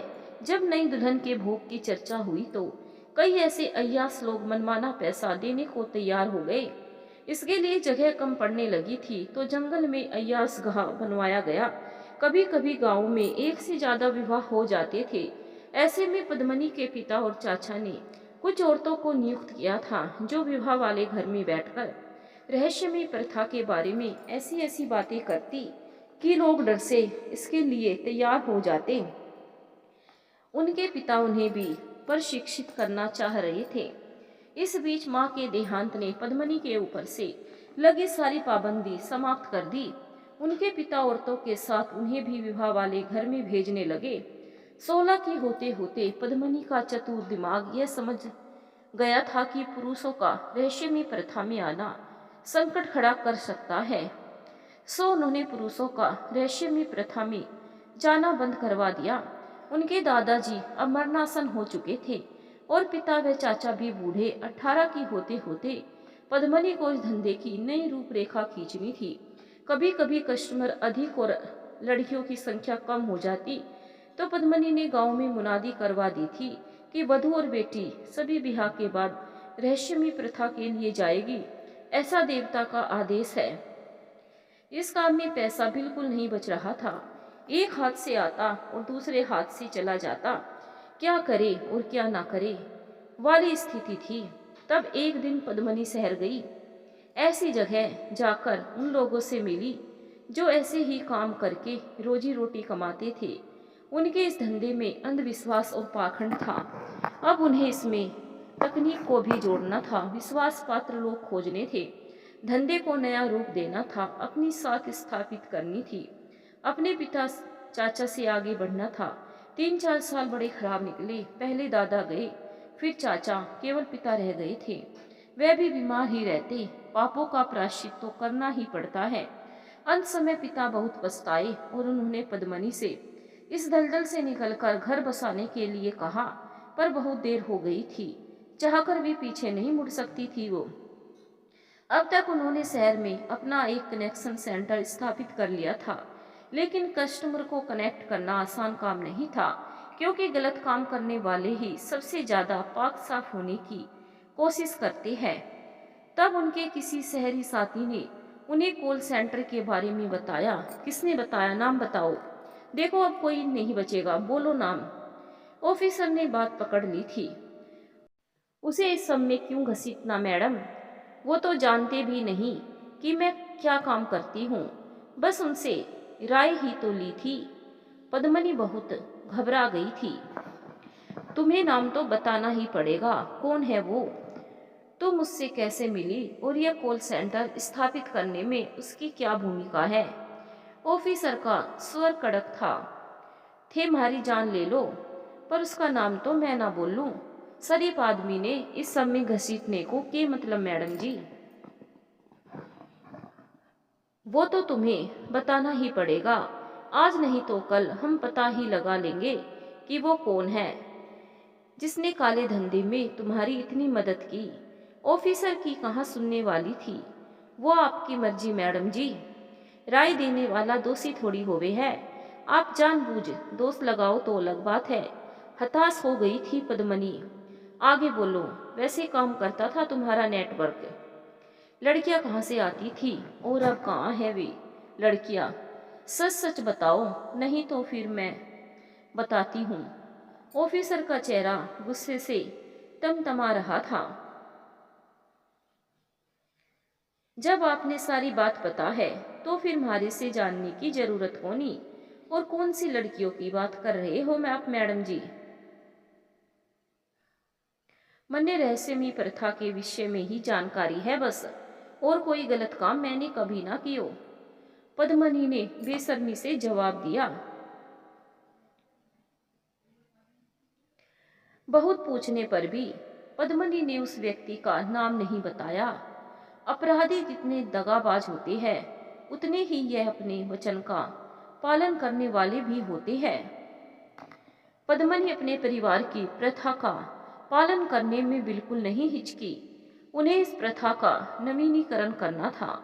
उन्हें पैसा चाहिए था। पैसा बुराइयों पर पर्दा डाल देता है, ऐसा उनका मानना था। शहर में कॉल सेंटर तो स्थापित हो गया, लेकिन कस्टमर से कनेक्ट कैसे करे यह भी समस्या ही थी। गांव की लड़की के लिए उस समय यह कठिन काम था, पर पद्मनी अपने निश्चय पर अड़ी थी। उसे रहस्यमयी प्रथा को आगे बढ़ाना था और गांव में रुतबा बनाए रखने के लिए यथासंभव कार्य भी कराने थे। पाप करना तब आसान हो जाता है जब पुण्य कमाने का रास्ता भी आसान हो। पद्मनी ने आगे बोलना आरंभ किया। मैंने कभी जोर जबरदस्ती नहीं की किसी के साथ। शहरी तरीके से काम करने में पहले परेशानी हुई मैंने, पर फिर काम आसान हो गयो। शहरी कस्टमर भी अनछुई और कमसीन लड़की चाहते थे। उस पर से सुहाग रात हमारा सबसे महंगा ऑफर था। विदेशी कस्टमर हमें इसके मुंह मांगे दाम देते। हमारे इस गांव जो कि जंगल में बना है, वहां से मंदिर की सुरंग का रास्ता करीबन आधे घंटे का है। हमारा काम निकला था। कस्टमर बढ़े तो लड़कियां भी चाहिए थी। हमने कभी लड़कियां उठवाई नहीं। जो स्वेच्छा से काम करना चाहता था उसे शहर में लोगों को उपलब्ध करवा दिया जाता था। अब यह कोई गुनाह तो नहीं ना? पद्मनी ऐसे बोल रही थी जैसे उसने कुछ गलत ना किया हो। जो किया था उसका पूरा लाभ गांव वालों को मिला था और सभी गांव वाले इससे खुश थे। तो फिर यह अपराध तो नहीं था, यह उनकी सोच थी। पर कानून को डिसाइड करना था। कितना बड़ा षड्यंत्र कैसे फलता फूलता रहा। कोई कार्रवाई क्यों ना हुई? ये गायत्री, यह आपके यहाँ काम करती थी, कहाँ है वो? अचानक वह अफसर यह पूछ बैठी। गायत्री? कौन गायत्री? अरे म्हारी हवेली पर नौकर आए और जाए, म्हारो को नाम थोड़ी याद रहे हैं। आप जाने कौन के बारे में पूछ रहे हो? पद्मनी बेशर्मी से बोल पड़ी थी। तो आप न जानो हो गायत्री को, म्हारे को जानो हो, मैं गायत्री का पति। थारे गंदे कामों ने मेरी गायत्री को खा लिया और थे ही झूठ बोल रिया है। वह चौकीदार जगपाल जो अब तक चुपचाप सुन रहा था उठकर अंदर आ गया था। उसे रोकने की बहुत कोशिश हुई पर वह ना रुका। अरे कांस्टेबल, इन्हें बाहर ले जाओ। आप बाहर जाओ, यह काम हमारा है, समझे? आप समझते नहीं साहब, यह नागिन है। आप तो पूछताछ कर छोड़ दोगे पर यह अपना डंक मारना नहीं छोड़ेगी। मेरा पूरा जीवन इसके विष के कारण नष्ट हो गया। जगपाल की सारी पीड़ा उसके शब्दों में सिमट आई थी। गला भर्रा रहा था उसका। ऑफिसर अब भी मुंह फेर कर खड़ी थी। पाप का घड़ा भर चुका है, आपके साथ अब न्याय होगा। ऐसा कहकर उसने हाथ से इशारा किया। चौकीदार सिसकता हुआ बाहर आ गया। हरिया ने उठकर उसे गले लगा लिया। अर्जुन के लिए यह सब आश्चर्यजनक था। कौन था यह व्यक्ति? सुकन्या का पिता? पर क्या रहस्यमयी प्रथा से जन्मे बच्चे के बाप? यह सोचते ही वह कांप उठा। क्या वह स्वयं भी रहस्यमयी प्रथा की ही देन तो नहीं है? यह प्रथा तो उसकी माँ के समय भी थी। अर्जुन उसके आगे सोच ही नहीं पाया। पसीने छूट गए थे उसके। आप बोलेगी आगे? ये देखिए फाइल। इस फाइल में लड़कियों के नाम और उनसे होने वाली कमाई भी लिखी है। बताओ ये लड़कियां कहाँ है अब? ऑफिसर ने फिर पूछा पर पद्मनी कुछ ना बोली। गणपत से और लोगों से भी लगातार पूछताछ चल रही थी। आखिर में गणपत टूट गया। कुछ लोग गणपत को लेकर शहर निकल गए थे।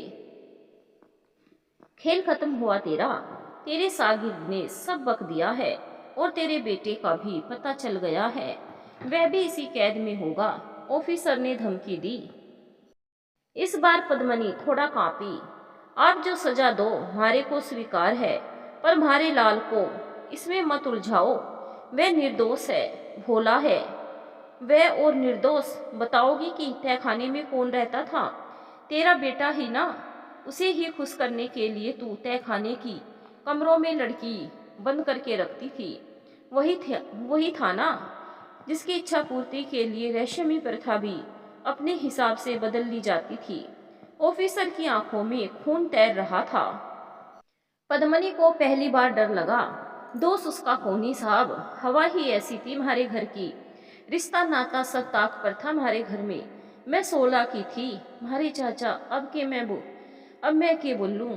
मैं जो देख रही थी उसमें मुझे कुछ गलत होने लगा। मैं छोटी बुद्धि इसे संसार का सच मान बैठी।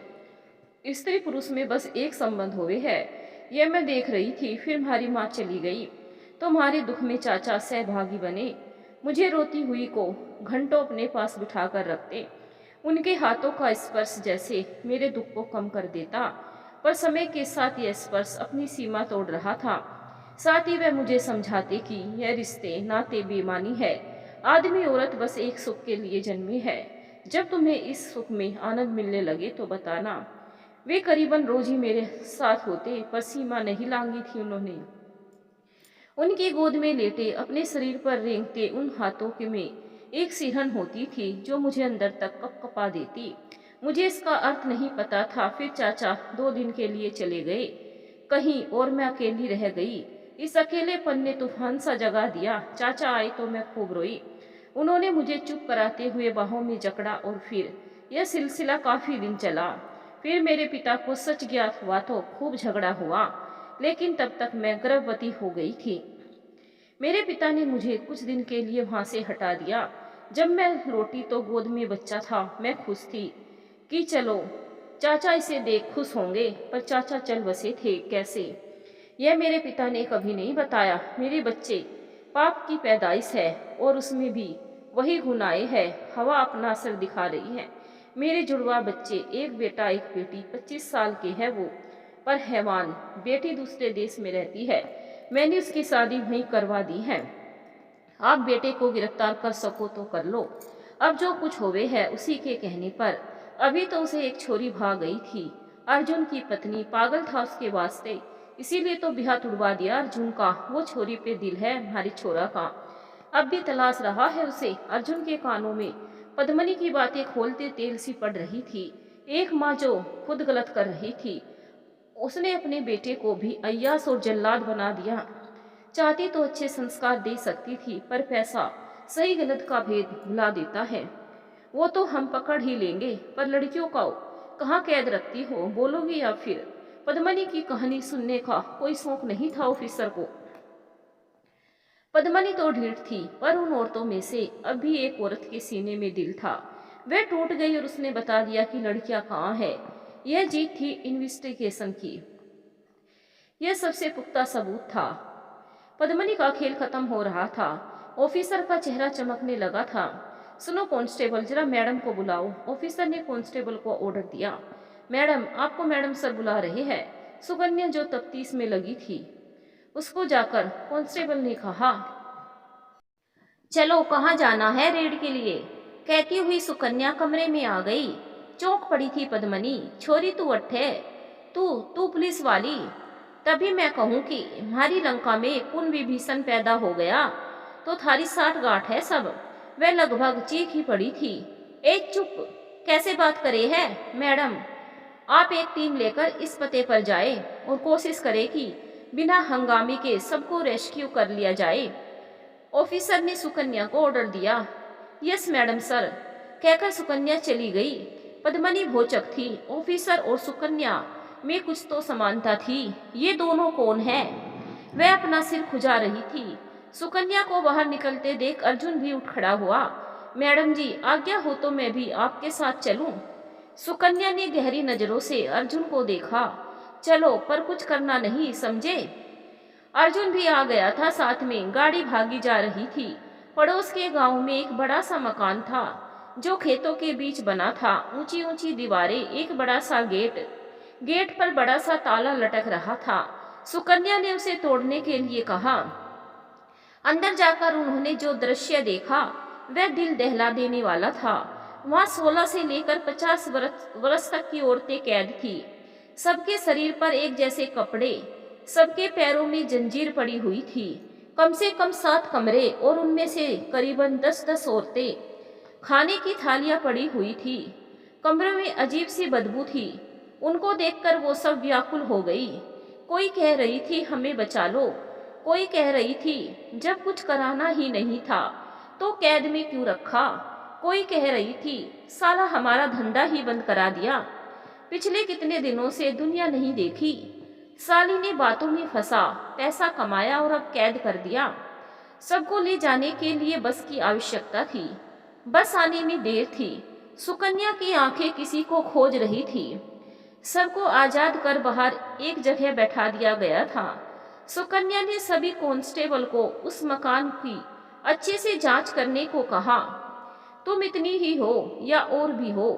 सुकन्या ने सबको देखकर कहा।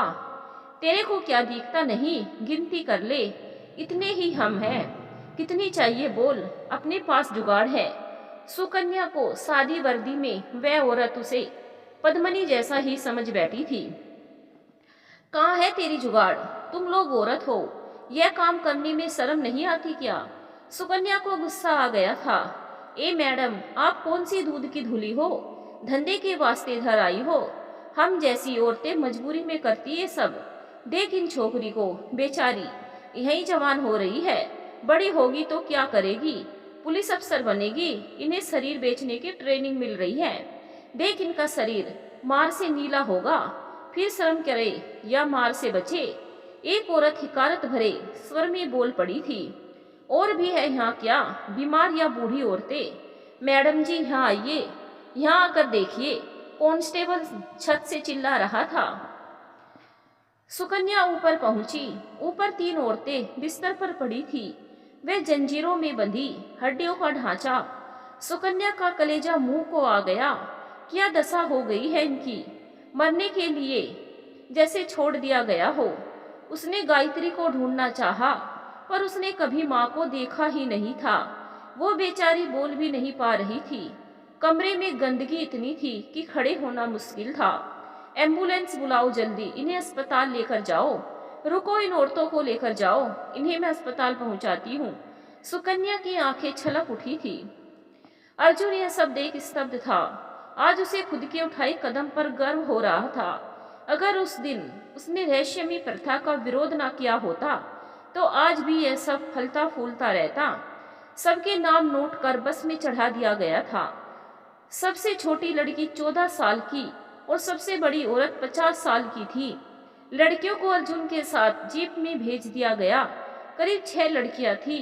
सबने एक दूसरे का हाथ कसकर पकड़ा हुआ था। वो बुरे लोग तो नहीं होंगे, हमें मारेंगे तो नहीं, हम सब करेंगे। हमें बुरे लोगों के पास मत भेजना। वो कहते हुए एक लड़की फूट फूट कर रोने लगी। बेटा रो मत, तुम लोग सुरक्षित हो, तुम्हें आजाद करा लिया गया है। अब तुम पुलिस की सुरक्षा में हो, अर्जुन ने नरमी से कहा। पुलिस? नहीं नहीं, हमें जाने दो। पुलिस तो बहुत बुरी है, हमें वहीं कैद कर दो, पुलिस के पास मत ले जाओ। लड़कियां एक साथ चीख उठी थी। अच्छा नहीं ले जाएंगे, हम तुम्हें शहर ले चलते हैं, ठीक है? अर्जुन ने प्यार से कहा। थोड़ी देर में उसी क्वार्टर के सामने गाड़ी रुक गई थी। बस की औरतें बस में ही बैठी थी, पर लड़कियों को अंदर ले जाया गया। उन्हें दूसरे कमरे में बिठा दिया गया। फिर एक एक कर औरतों को उतारा गया, उनके बयान लिए गए, वापस बस में भेज दिया गया। सभी को कस्टडी में रखने के लिए जगह छोटी थी। इन्हें हवेली ले चलो। अब से जब तक केस की सुनवाई नहीं होती, वही हमारा थाना होगा।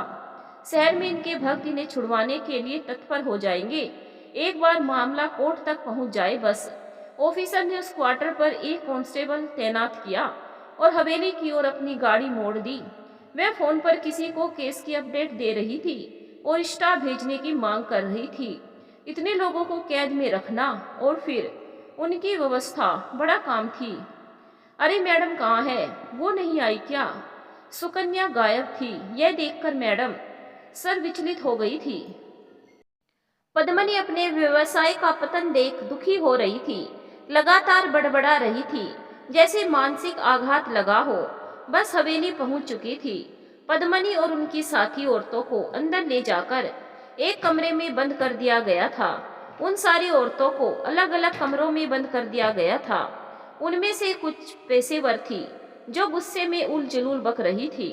अर्जुन, तुम चौकीदार के साथ गेट पर तैनात रहो। इन बच्चों की देखभाल के लिए हमें विश्वस्त लोगों की जरूरत है। क्या गांव में कोई है जो बच्चों की देखभाल कर सके? बस 2 दिन की बात है। स्टाफ आने में समय लगेगा और यदि इनके साथियों को आभास भी हो गया तो अड़ंगा डालेंगे। मैं चाहती हूँ तब तक मामला गोपनीय रहे। ऑफिसर की चिंता जायज थी। पद्मनी के जैसे सफेदपोश ऊंचे पदों पर बैठे थे, उनकी पहुंच कुछ भी अड़ंगा डाल सकती थी। जी, अगर आपकी इजाजत हो तो मैं इन्हें अपने घर ले जा सकता हूँ। मेरी माँ और भाभी देखभाल कर लेगी। अर्जुन ने कहा। घर तो नहीं, अभी हमारी कार्रवाई का पता ज्यादा लोगों को नहीं है। वे यहाँ आ सके तो, ऑफिसर ने संकित भाव से कहा। साहब, मेरी गायत्री का पता चला। इस डाइन ने पूछो ना, मेरी गायत्री कहाँ है? चौकीदार ने हाथ जोड़कर कहा। यह सुनकर अर्जुन चौंका पर कुछ बोला नहीं। आप गायत्री के कौन? आंखें सिकुड़ गई थी ऑफिसर की। आपने कभी पहले नहीं सोचा कि उसकी रक्षा आपका धर्म है? कैसे सोचा होगा? मेरे ख्याल से यहाँ आसपास जितने भी गांव हैं, उसमें हर घर की बहू बेटी रहस्यमय प्रथा का शिकार हुई होगी। उन बेचारियों को पता भी नहीं होगा कि उनका शोषण किया गया और तुम सब पुरुष धन की चमक में अंधे हो गए। कभी सोचा ही नहीं होगा कि ऐसा कौन सा देवता है जो सामने से धन देता है। सवाल उठता तो जवाब मिलता ना। वो तो भला हो उस लड़के का जिसके विरोध ने हमें आगे बढ़ने का मौका दिया। नहीं तो सबूत ही नहीं थे हमारे पास। मैडम, वो मैं ही हूँ, अर्जुन ने कहा। ओ, मैडम ने बताया तो था। अच्छा किया जो तुमने यह कदम उठाया। हमें विश्वास करना चाहिए पर अंधविश्वास नहीं। रहस्यमयी प्रथा जैसे घोरक धंधे इसीलिए तो पनपते हैं, लोग लालच में फंस जाते हैं। अरे पहले परखो, आंखें खुली रखो, सत्य को जानो। धर्म की आड़ में कितने लोग आज बेबस लोगों का शोषण कर रहे हैं। यह धर्म के नाम पर खिलवाड़ है। ऑफिसर का आक्रोश बाहर आ रहा था। अर्जुन चला गया था। उसने घर आकर अपनी माँ और भाभी को सारी बातें बताई। उन्होंने जल्दी जल्दी 20-25 लोगों का खाना तैयार किया और करीब 1.5 घंटे में हवेली पहुंच गए। यह सब देख उन्हें विश्वास नहीं हो रहा था। बच्चियों को नहला धुलाकर खाना खिलाया गया। इतना अच्छा खाना शायद उन्हें सालों बाद मिला था। वह खाने पर टूट पड़ी थी। यह देख सावित्री की आंखें भीग गई। बचा हुआ भोजन उन्होंने कांस्टेबल को पकड़ा दिया। आनंदी को सावित्री ने घर भेज दिया और खुद वहीं रुक गई थी। भोजन करके लड़कियां सो गई थी। सुकन्या का अभी तक अता पता नहीं था। ऑफिसर बेचैन थी। आखिर सुकन्या अब तक आई क्यों नहीं? मैडम सर, क्या आप हरिया जी को शहर के अस्पताल भेज सकती हैं? आखिर में काफी देर बाद सुकन्या का फोन आया। लेकिन क्यों? वह मुजरिम है। बड़ी मुश्किल से ये लोग हत्थे चढ़े हैं। यहाँ स्टाफ भी कम है, किसी को साथ भी नहीं भेजा जा सकता। ऑफिसर ने स्थिति से अवगत कराया। आप उसकी चिंता ना करो मैडम सर, वो कहीं नहीं जाएंगे, भरोसा करो मुझ पर। यहाँ जरूरत है उनकी, सुकन्या ने कहा। ठीक है, आखिर आपको ज्यादा पता होगा। आप इतने दिन से इसी केस पर जो लगी हुई थी, आज आपकी वजह से ही यह सब संभव हो पाया है। तो फिर भेजती हूँ उनको। ऑफिसर ने हरिया को हॉस्पिटल भेज दिया था। उन सभी औरतों की स्थिति बहुत गंभीर थी। कुपोषण और भूख ने उनके शरीर को सुखा दिया था। धीमी चलती सांसें ही चिंता होने का एहसास करा रही थी। सुकन्या पहचान नहीं पा रही थी कि इनमें उसकी माँ भी हो सकती है। काश उसे माँ याद होती। हरिया पहुंच गया था। सुकन्या उसके गले से लिपटकर रो पड़ी थी। मौसा जी, माँ कहाँ है? बताया उस डायन ने, इनमें मेरी माँ है क्या? हरिया ने अंदर झांक कर देखा। आईसीयू में जाना मुश्किल था। उसे भी गायत्री की वही छवि याद थी जो उसने उसके विवाह के समय देखी थी। इन कंकाल नुमा चेहरों में वह गायत्री कहाँ दिखती? वह भी मायूस हो गया था। तूने अपने पिता को क्यों ना बुलाया? शायद वह पहचान लेता। हरिया ने हताश भरे स्वर में कहा। मेरा पिता? कौन है मेरा पिता? कहाँ है वो? आप जानते हो उसे? इस बार सुकन्या चौंक गई थी। इतनी आपाधापी में उसे ध्यान ही नहीं रहा था। अचानक उसकी आंखें चमकी। कहीं आप उस चौकीदार जगपाल की बात तो नहीं कर रहे मौसा जी? ओ हाँ, याद आया।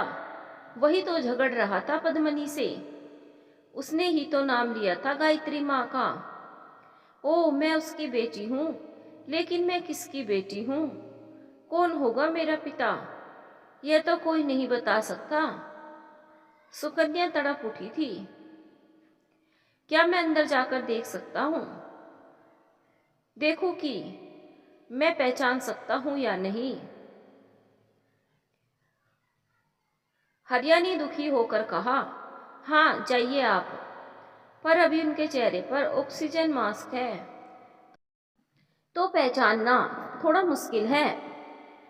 क्या उसकी माँ जिंदा होगी?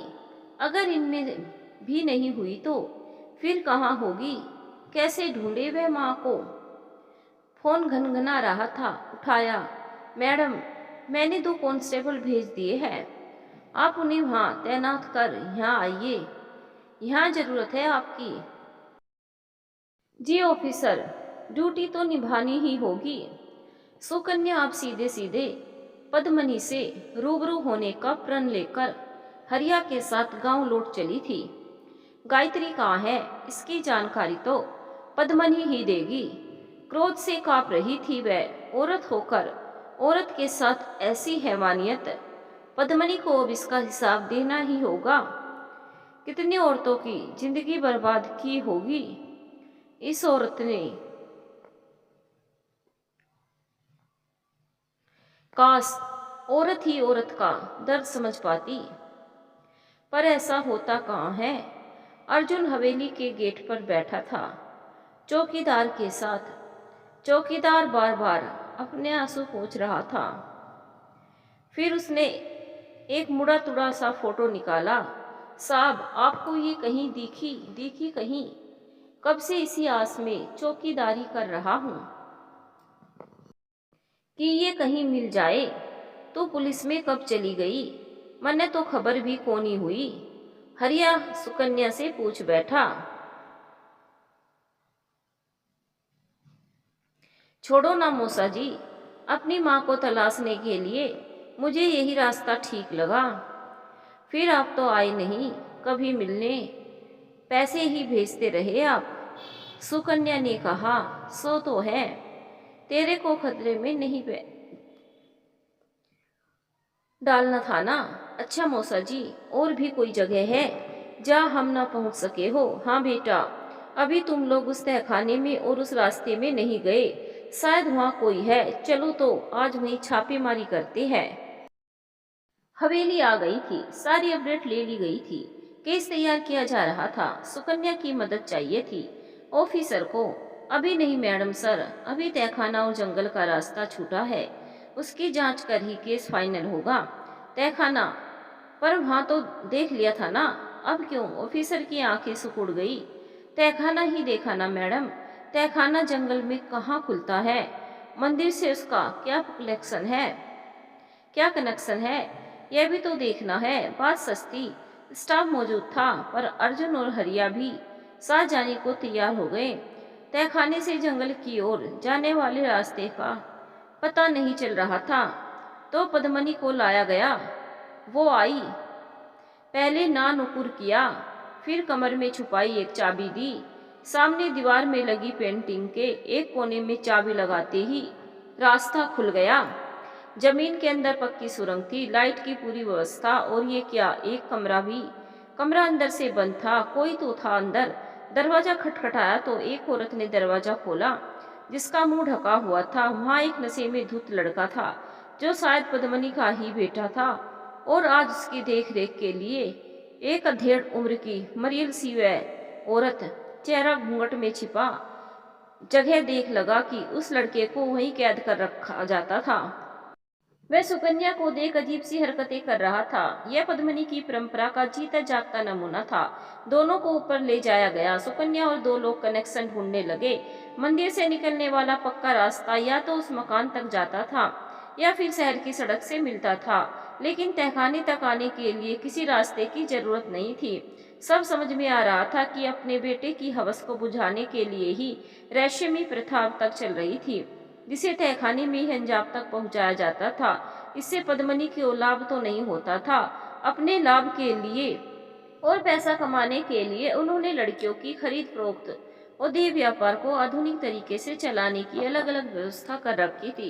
कहानी के तार जोड़ रहे थे। घूंघट वाली स्त्री ने अब तक अपना मुंह नहीं दिखाया था, और पद्मनी तो अपने बेटे को देख व्याकुल हो गई थी। मारे छोरा ने छोड़ दो मैडम, उसका कोई अपराध को नहीं, खून में आई है ये आदत, परंपरा है हमारे खानदान में। जो गलत हुई हमारे से हुई, मारे को दंड दो, थारे को और भी ठिकाना बता दे मैं, वहां भी मिल जाएगी लड़कियां, बस हमारे छोरा को दंड ना दो। उसे औरत की भूख है, पर उसने कभी किसी को सताया नहीं। गिड़गिड़ाती पद्मनी इस समय दुनिया की सबसे कमजोर औरत लग रही थी। गायत्री कहाँ है? सब मिल गए, पर गायत्री के साथ तुमने क्या किया? इस बार सुकन्या गरज उठी थी। गायत्री थे क्यों पूछे हो? अरे गायत्री, वो यही तो थी। तू छोरी है कि वाकई भारे छोरा की देखभाल करे है वो? पद्मनी ने घूंघट वाली औरत की ओर इशारा किया। माँ है वो मेरी। सुकन्या का स्वर गूंज उठा था। माँ, थारी माँ? पर उसके तो एक ही छोरी थी, वो भी हमारे पिता की औलाद थी। हमारे चाचा और पिताजी को गायत्री बहुत पसंद थी। वो छोरी को तो हमने, छोरी की जिंदगी अच्छी हो तभी हो जे हमारे पास रही। पद्मनी के पास अब छिपाने को कुछ नहीं था। ऑफिसर मैडम भी सुन रही थी यह बात। तो तुमने कितनी जिंदगियां बर्बाद की, बताओगी? अरे जिंदगी कैसे बर्बाद हुई? उस नकारा इंसान से। जब इसका ब्याह हुआ तो यह हमारे पिताजी को पसंद न आया। गायत्री उसके लायक नहीं थी, वो तो हवेली के लिए बनी थी। उसे हवेली में रखने के लिए हमने कितने पापड़ बेले, पर यह बार बार भाग जाती। ओ, तो एक बार कुछ सालों के लिए गायब हो गई थी। तभी तू पैदा हुई होगी। हमारे पिताजी ने इसे ढूंढने के लिए जमीन आसमान एक कर दिया, तब जे ये तहखाने में बंद है। वह घूंघट वाली औरत यह सब सुनकर गस खाकर गिर पड़ी।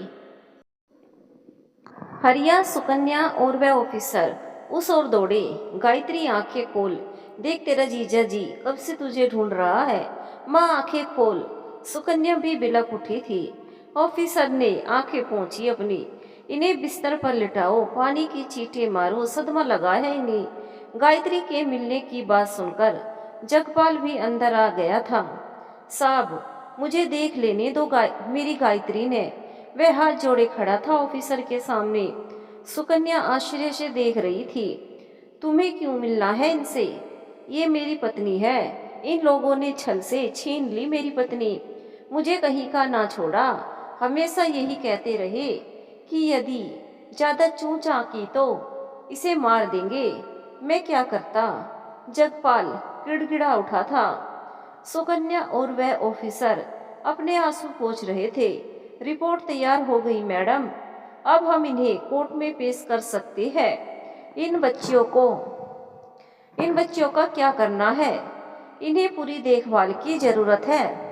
हाँ, इन्हें अभी एनजीओ में भेज देंगे और बाकी सबको महिला निकेतन में सुनवाई के समय इन्हें पेश करेंगे। तब तक दो दो महिला कांस्टेबल इनके लिए नियुक्त करो। और हाँ, यहाँ सारे लोग हेडक्वार्टर जाएंगे।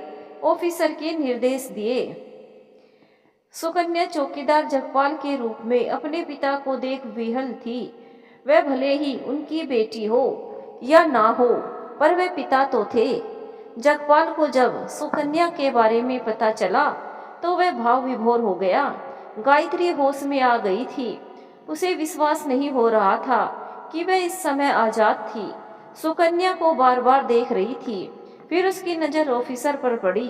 बिटिया, तुम पद्मा हो ना? तुम वहाँ क्यों खड़ी हो? तुम ठीक तो हो? कितनी चिंता थी तुम्हारी। वह तो भला हो उन भले मानस का जिन्होंने तुम्हें गोद लिया था। उन्होंने तुम्हारे साथ गलत तो नहीं किया। यह सब चौंकाने वाला और अत्यंत नाटकीय घटनाक्रम था। सुकन्या, हरिया, जगपाल सभी चौंक उठे थे। पद्मनी की आंखें फटी हुई थी। अरे तो तू है विस्की बेल। उसके रोने और गिड़गिड़ाने पर मैंने तुझे उस भले आदमी को गोद दिया और तू मुझे ही डसने आ गई नागिन। तेरी माँ की तरह तुझे भी। पद्मनी जैसे अपने किए पर पछता रही थी। ए, अपना मुंह बंद रख, पता है ना पाप का घड़ा एक ना एक दिन भरता है। कांस्टेबल ने जो कि पद्मनी के पास खड़ी थी वह चिल्ला पड़ी थी। माँ, तुम मुझे पहचानती हो, पर कैसे? मुझे तो आपकी धुंधली सी छवि याद है। वह तो बाबूजी जो खुद उनके सताए हुए थे, उन्होंने मुझे कभी भूलने नहीं दिया कि मेरे साथ क्या हुआ है।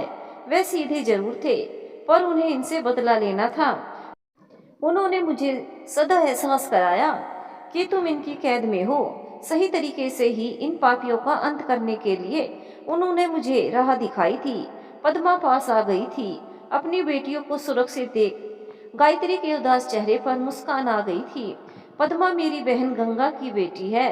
गंगा इसको जन्म देते ही चल बसी थी। हरिया ने पद्मा को बड़े ध्यान से देखा। मेरी बेटी, हाँ। हरिया ने अपनी बेटी पद्मा को गले से लगा लिया और गंगा के बारे में सुनकर सबको बड़ा दुख हुआ। आप मैडम, आप मेरी बहन हो। विश्वास नहीं होता, आज का दिन इतना सुखद है।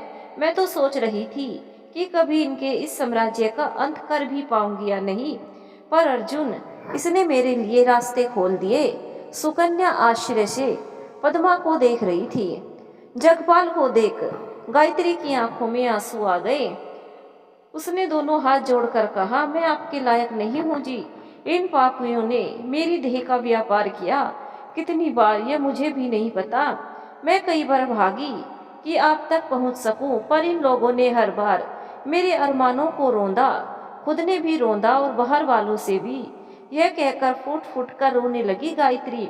जगपाल ने उसके आंसू पूछे, तुझसे दूर होकर पागलों की तरह खोजा तुझे, आज मेरी तपस्या सफल हुई। तू मिली, साथ में बेटी का बाप, इस होनहार बेटी का बाप बनाकर तूने मुझे धन्य कर दिया पगली। नहीं, मैं पापन हूँ। अरे पद्मा बेटा, मुझे भी इनके साथ जेल में भेज दो। मेरी तो रूह भी दूषित हो गई है। गायत्री अपने सच से डर रही थी। हरिया भी खुश था। मैं भी अपनी बेटी से मिलकर, एक ऑफिसर बेटी से मिलकर फूला नहीं समाया। नहीं, तू पापन नहीं है पगली। तूने इतनी बंदिश में भी अपनी बेटियों को नर्क भोगने से बचा लिया। अगर तू पापन है तो गांव की सभी औरतें पापन है, जिन्हें यह भी नहीं पता कि ब्याह के रोज ही सबकी इज्जत लुट जावे है। हरिया ने गायत्री के सिर पर हाथ फेरते हुए कहा, लड़कियों को एनजीओ की बस में 2 कांस्टेबल के साथ भेज दिया गया था। उनकी जानकारी ले ली गई थी। वह औरतें जो कमरे में बंद थी, उन्हें महिला निकेतन भेजने की तैयारी चल रही थी। उनमें से 10 औरतें ऐसी थी जो अब भी देह व्यापार को कमाई का सबसे आसान साधन मान रही थी और कोई काम करने को तैयार नहीं थी। उनकी नज़र में औरत इसके अलावा कोई काम नहीं कर सकती थी। उन औरतों को अपनी निगरानी में रख ऑफिसर ने 22 औरतों को महिला निकेतन भेज दिया था। पद्मनी ने अपने बेटे को बचाने के लिए 1-2 ठिकाने और बताए, जहां से 15-16 साल की लड़कियों को बरामद कर लिया गया था। सभी एनजीओ में भेज दी गई थी। हवेली के बाहर गांव वाले खड़े थे। उन्हें अब भी विश्वास नहीं था कि इतनी पुण्य आत्मा पद्मनी ऐसा कर सकती है। ऑफिसर मैडम ने गांव वालों से रहस्यमयी प्रथा का हमेशा के लिए अंत करने का निवेदन किया। वे सोच रही थी कि बातों से ही बात बन जाए। नहीं नहीं, रहस्यमयी प्रथा बंद कर दी तो गांव में विपद आ जाएगी। आप सारी लोग के जानो। गांव के लोग एक साथ बोल पड़े थे, रहस्यमयी प्रथा पता भी है आप लोगों को कि क्या है प्रथा? अगर सच बता दिया जाए तो अपने घर की बहू बेटियों को संदेह की नजर से देखोगे और यहाँ तक कि उन पर विश्वास भी नहीं कर सकोगे।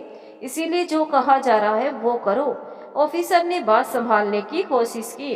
अंधविश्वास के अंधकार में सच की रोशनी करना बेहद मुश्किल काम था। यदि सच को पूरी तरह से उजागर करते तो अपने ही घर की औरतों पर ये पुरुष संदेह करने लगते। अर्जुन ने सुकन्या को अपने पास बुलाया और कहा कि इन लोगों को सच मत बताओ, नहीं तो ना जाने कितने परिवार टूट जाएंगे, ना जाने कितने बच्चे नाजायज कहलाएंगे और ना जाने कितने अपने जन्म पर शर्मिंदा होंगे। ये लोग सच स्वीकार नहीं कर पाएंगे। कानूनी प्रतिबंध लगा दो, ये सुरंग, ये रास्ते सब बंद करवा दो। अर्जुन की बातों में दम था। सुकन्या ने ऑफिसर को सारी बात बताई और यह भी कि अर्जुन की पत्नी अदिति गर्भवती है, पर गर्भ अर्जुन का नहीं है। वह समझदार है तो अपनी पत्नी को अपना रहा है, लेकिन यहाँ इन लोगों से समझदारी की उम्मीद करना बेईमानी है। यह लोग अपनी ही औरतों बहू बेटियों को घर से निकाल देंगे। पद्मनी हारते हुए भी जीत जाएगी। ऑफिसर पद्मा को भी बात समझ में आ गई। मामले को ज्यादा तूल न देते हुए उन्होंने रहस्यमयी प्रथा पर कानूनी प्रतिबंध लगा दिया और उसका उल्लंघन करने वालों पर जुर्माना और सजा का प्रावधान करवा दिया।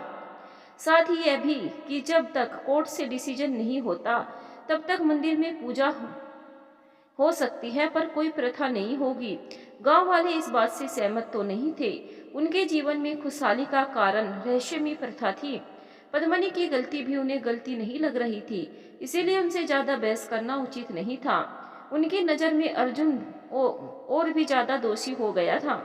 यह बात अर्जुन को पता थी कि इस डिसीजन के बाद उसके परिवार को सताया जाएगा, पर वह खुश था कि इतने बड़े अपराध का भंडाफोड़ हो गया। वह जानता था कि सरपंच मुखिया सभी को पद्मनी अच्छा खासा लाभ पहुंचाती थी। वे कभी गांव के लोगों को सच तक नहीं पहुंचने देंगे, पर बुराई के खात्मे के लिए अच्छाई को कष्ट उठाना ही पड़ता है। पद्मनी के साथ उसके बेटे को भी गिरफ्तार कर गाड़ी में बैठाया गया तो गांव वाले चौंक गए थे। बेटे की बात किसी को पता नहीं थी, लेकिन इससे उनकी मानसिकता तो नहीं बदल सकती थी। अर्जुन को अपने परिवार की सुरक्षा की चिंता हो रही थी। सुकन्या ने उसकी चिंता समझ ली थी और कहा था कि वह है उसके साथ जब तक कोर्ट का डिसीजन नहीं आता। जल्द ही कानूनी तौर पर रहस्यमयी प्रथा की समाप्ति होगी। तब तक यह लोग भी सब भूल जाएंगे। क्या वास्तव में भूल जाएंगे? अर्जुन सुनकर यही सोच रहा था। पद्मनी का सच और उस धन का सच जानने का अधिकार था सबको। वह धन जो उन्हें अपने घर की औरतों की इज्जत के बदले मिला था। सारे लोग यह सुनकर कि पद्मनी बात करना चाहती है, बिना चूं चपड़ किए वहां इकट्ठे हो गए। पद्मनी और कोई समय होता तो नहीं बोलती, पर इस समय बात बेटे की थी। वह बेटा जो एक बीमारी से ग्रस्त था। गांव के लोग बेसब्री से पद्मनी को सुनना चाह रहे थे। औरतें भी घूंघट में आ खड़ी हुई थी। पद्मनी ने जब सारा सच कहा तो गांव वालों को सांप सूंघ गया। सरपंच और मुखिया तुरंत सामने आए। अरे गांव वालों, ये सब झूठ है। पद्मनी से झूठ बुलवाया पुलिस ने। भरोसा मत करना इन बातों पर। झूठ पुलिस वाले झूठ के बुलवावे। और जे इतनी छोरियां और औरतें पकड़ी गई सो हम लोगों की आंखें फूटी कोनी सरपंच। सच है ये सब। एक व्यक्ति भीड़ में से चिल्लाया, चुप रहो तुम, समझ को नहीं आवे। जे प्रपंच है पुलिस वालों का। पद्मनी कभी इतनो बुरो ना करे। वो तो देवी है देवी। जे सुख तुम लोग भोग रहे हो वो रेशमी प्रथा से मिले है। जे सब अर्जुन और उसके परिवार का षड्यंत्र है। जे लोग समाज में रहने योग्य कोनी, बिरादरी पे कलंक है। सरपंच जोर से चिल्लाया, ए सरपंच तो कौन होवे है? तुम्हारी एक भी बात झूठ कोनी। मंदिर में एक गुप्त रास्तो है जो तहखाने और जंगल में बने हमारे मकान पर खुले हैं। विश्वास ना हो तो जाओ और देखो। रहस्यमयी प्रथा में मंदिर में कोनी होवे, वह तो ढोंग था हमारा। असली रहस्यमयी प्रथा तो हवेली के तहखाने और उस मकान में होवे थी। इस बार जो पद्मनी बोली तो सबको सांप सूंघ गया। कुछ पल की शांति के बाद मुखिया भी बोल उठा, ये सब झूठ है पद्मनी जीजी, आप तो उद्धार करता हो। आपने गांवों में सुख समृद्धि लाई, आप ऐसे क्यों बोल रही हो? तुम्हारी बातें झूठ कोनी। मैं कोई साधु संत नहीं। मैं जो धन लुटाई वह तुम लोगों की बहू बेटियों की कमाई है। मैं कहाँ से लाती धन? जे धन तो वे लोग देकर जाते जो भोग करते थे। पद्मनी अपने बेटे की ओर देखकर बोली, जो अब भी गायत्री से चिपका हुआ था किसी छोटे बच्चे की तरह। औरतें जो घूंघट में थी यह सच सुन कांप उठी थी। उनमें खुसुर फुसुर चालू थी। सब अपनी देह को देख रही थी। उन्हें अपनी देह से घिन आ रही थी। इस बार कोई नहीं बोला। सबकी इज्जत उतरने वाली थी। समझदार लोग चले गए थे मंदिर का सत्य तलाशने, और सब लौटे। और जब लौटे थे तो उन्होंने अपनी घर की औरतों के हाथ पकड़े और वहां से ले गए। जिन्हें सच्चाई समझ आ गई थी वे ये जानकर दुखी थे और पश्चाताप में डूबे थे कि उनकी नाक के नीचे पाप का व्यापार फल फूल रहा था। उस पाप के पैसे को ईश्वर की कृपा मान सुख भोग रहे थे। लानत है ऐसी समझ पर। देवता धन क्यों?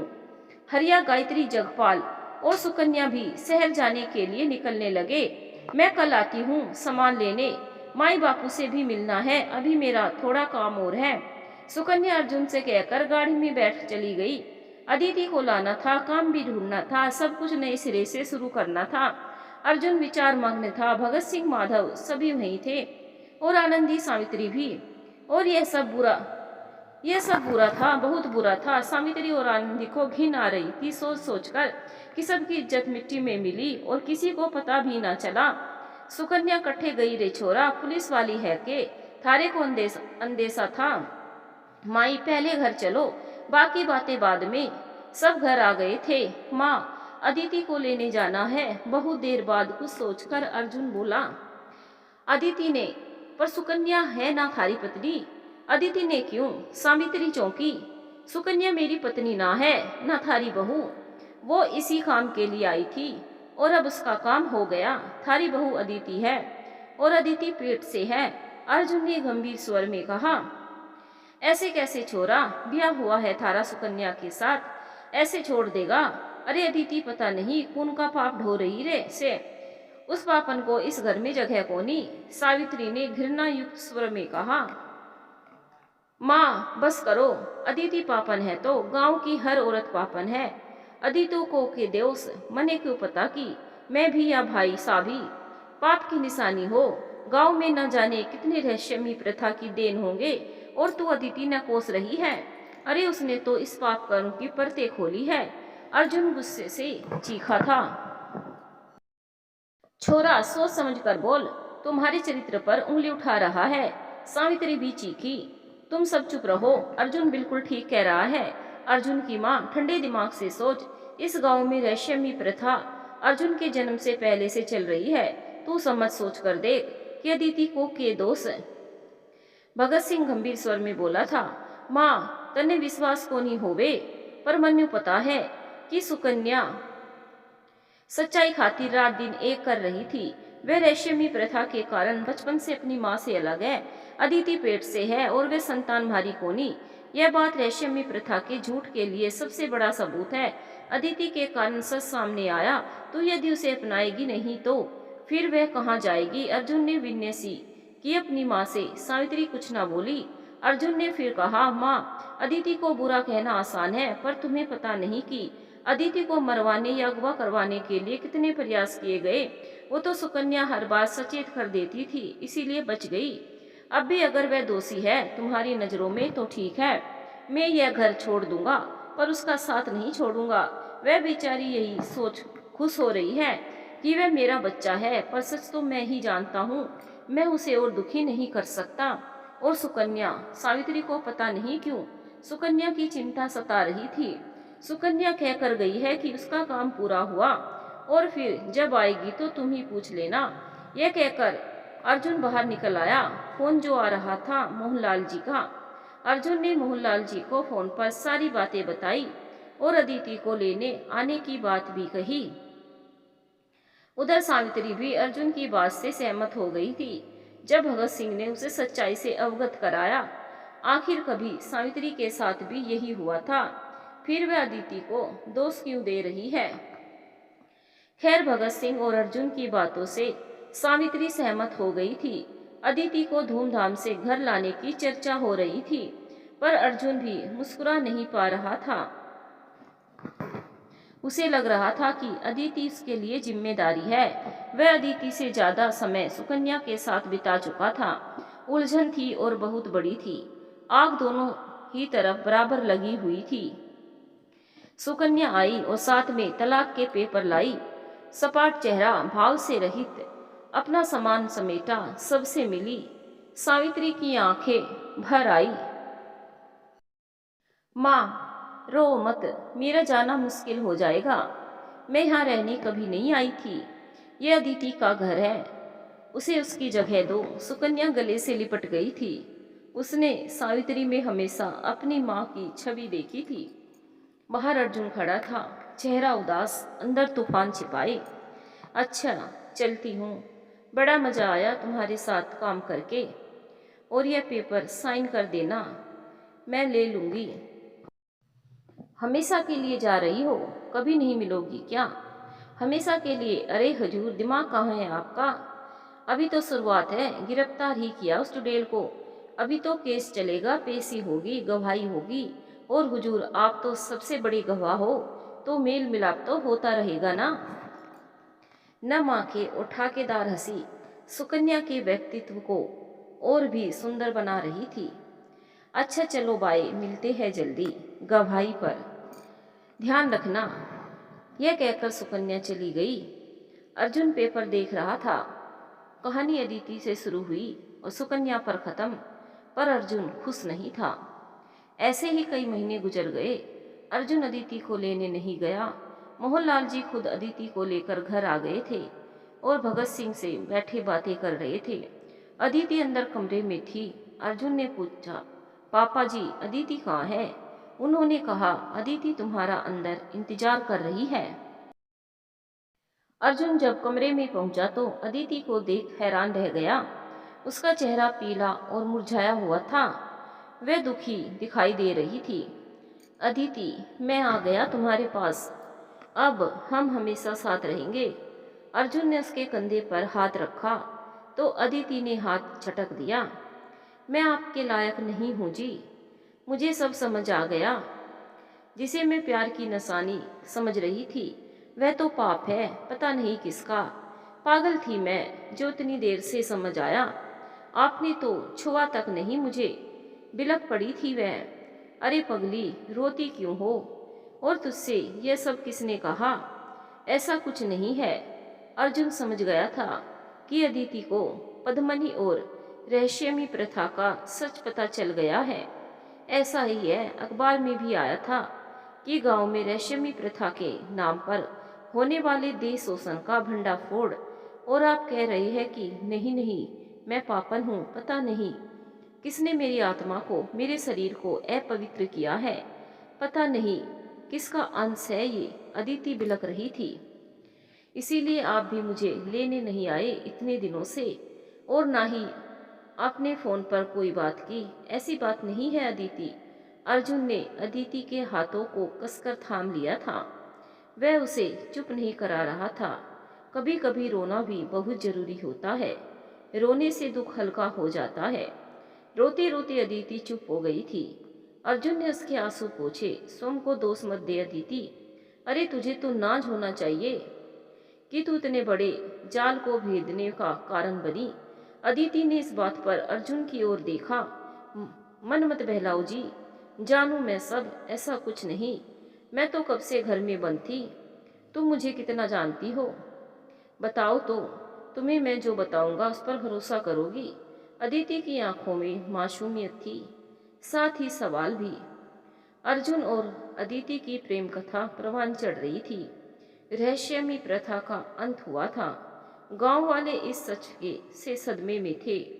उन्हें अच्छाई और बुराई का फर्क समझ नहीं आया। यह सोचकर चर्चा चलती रहती थी।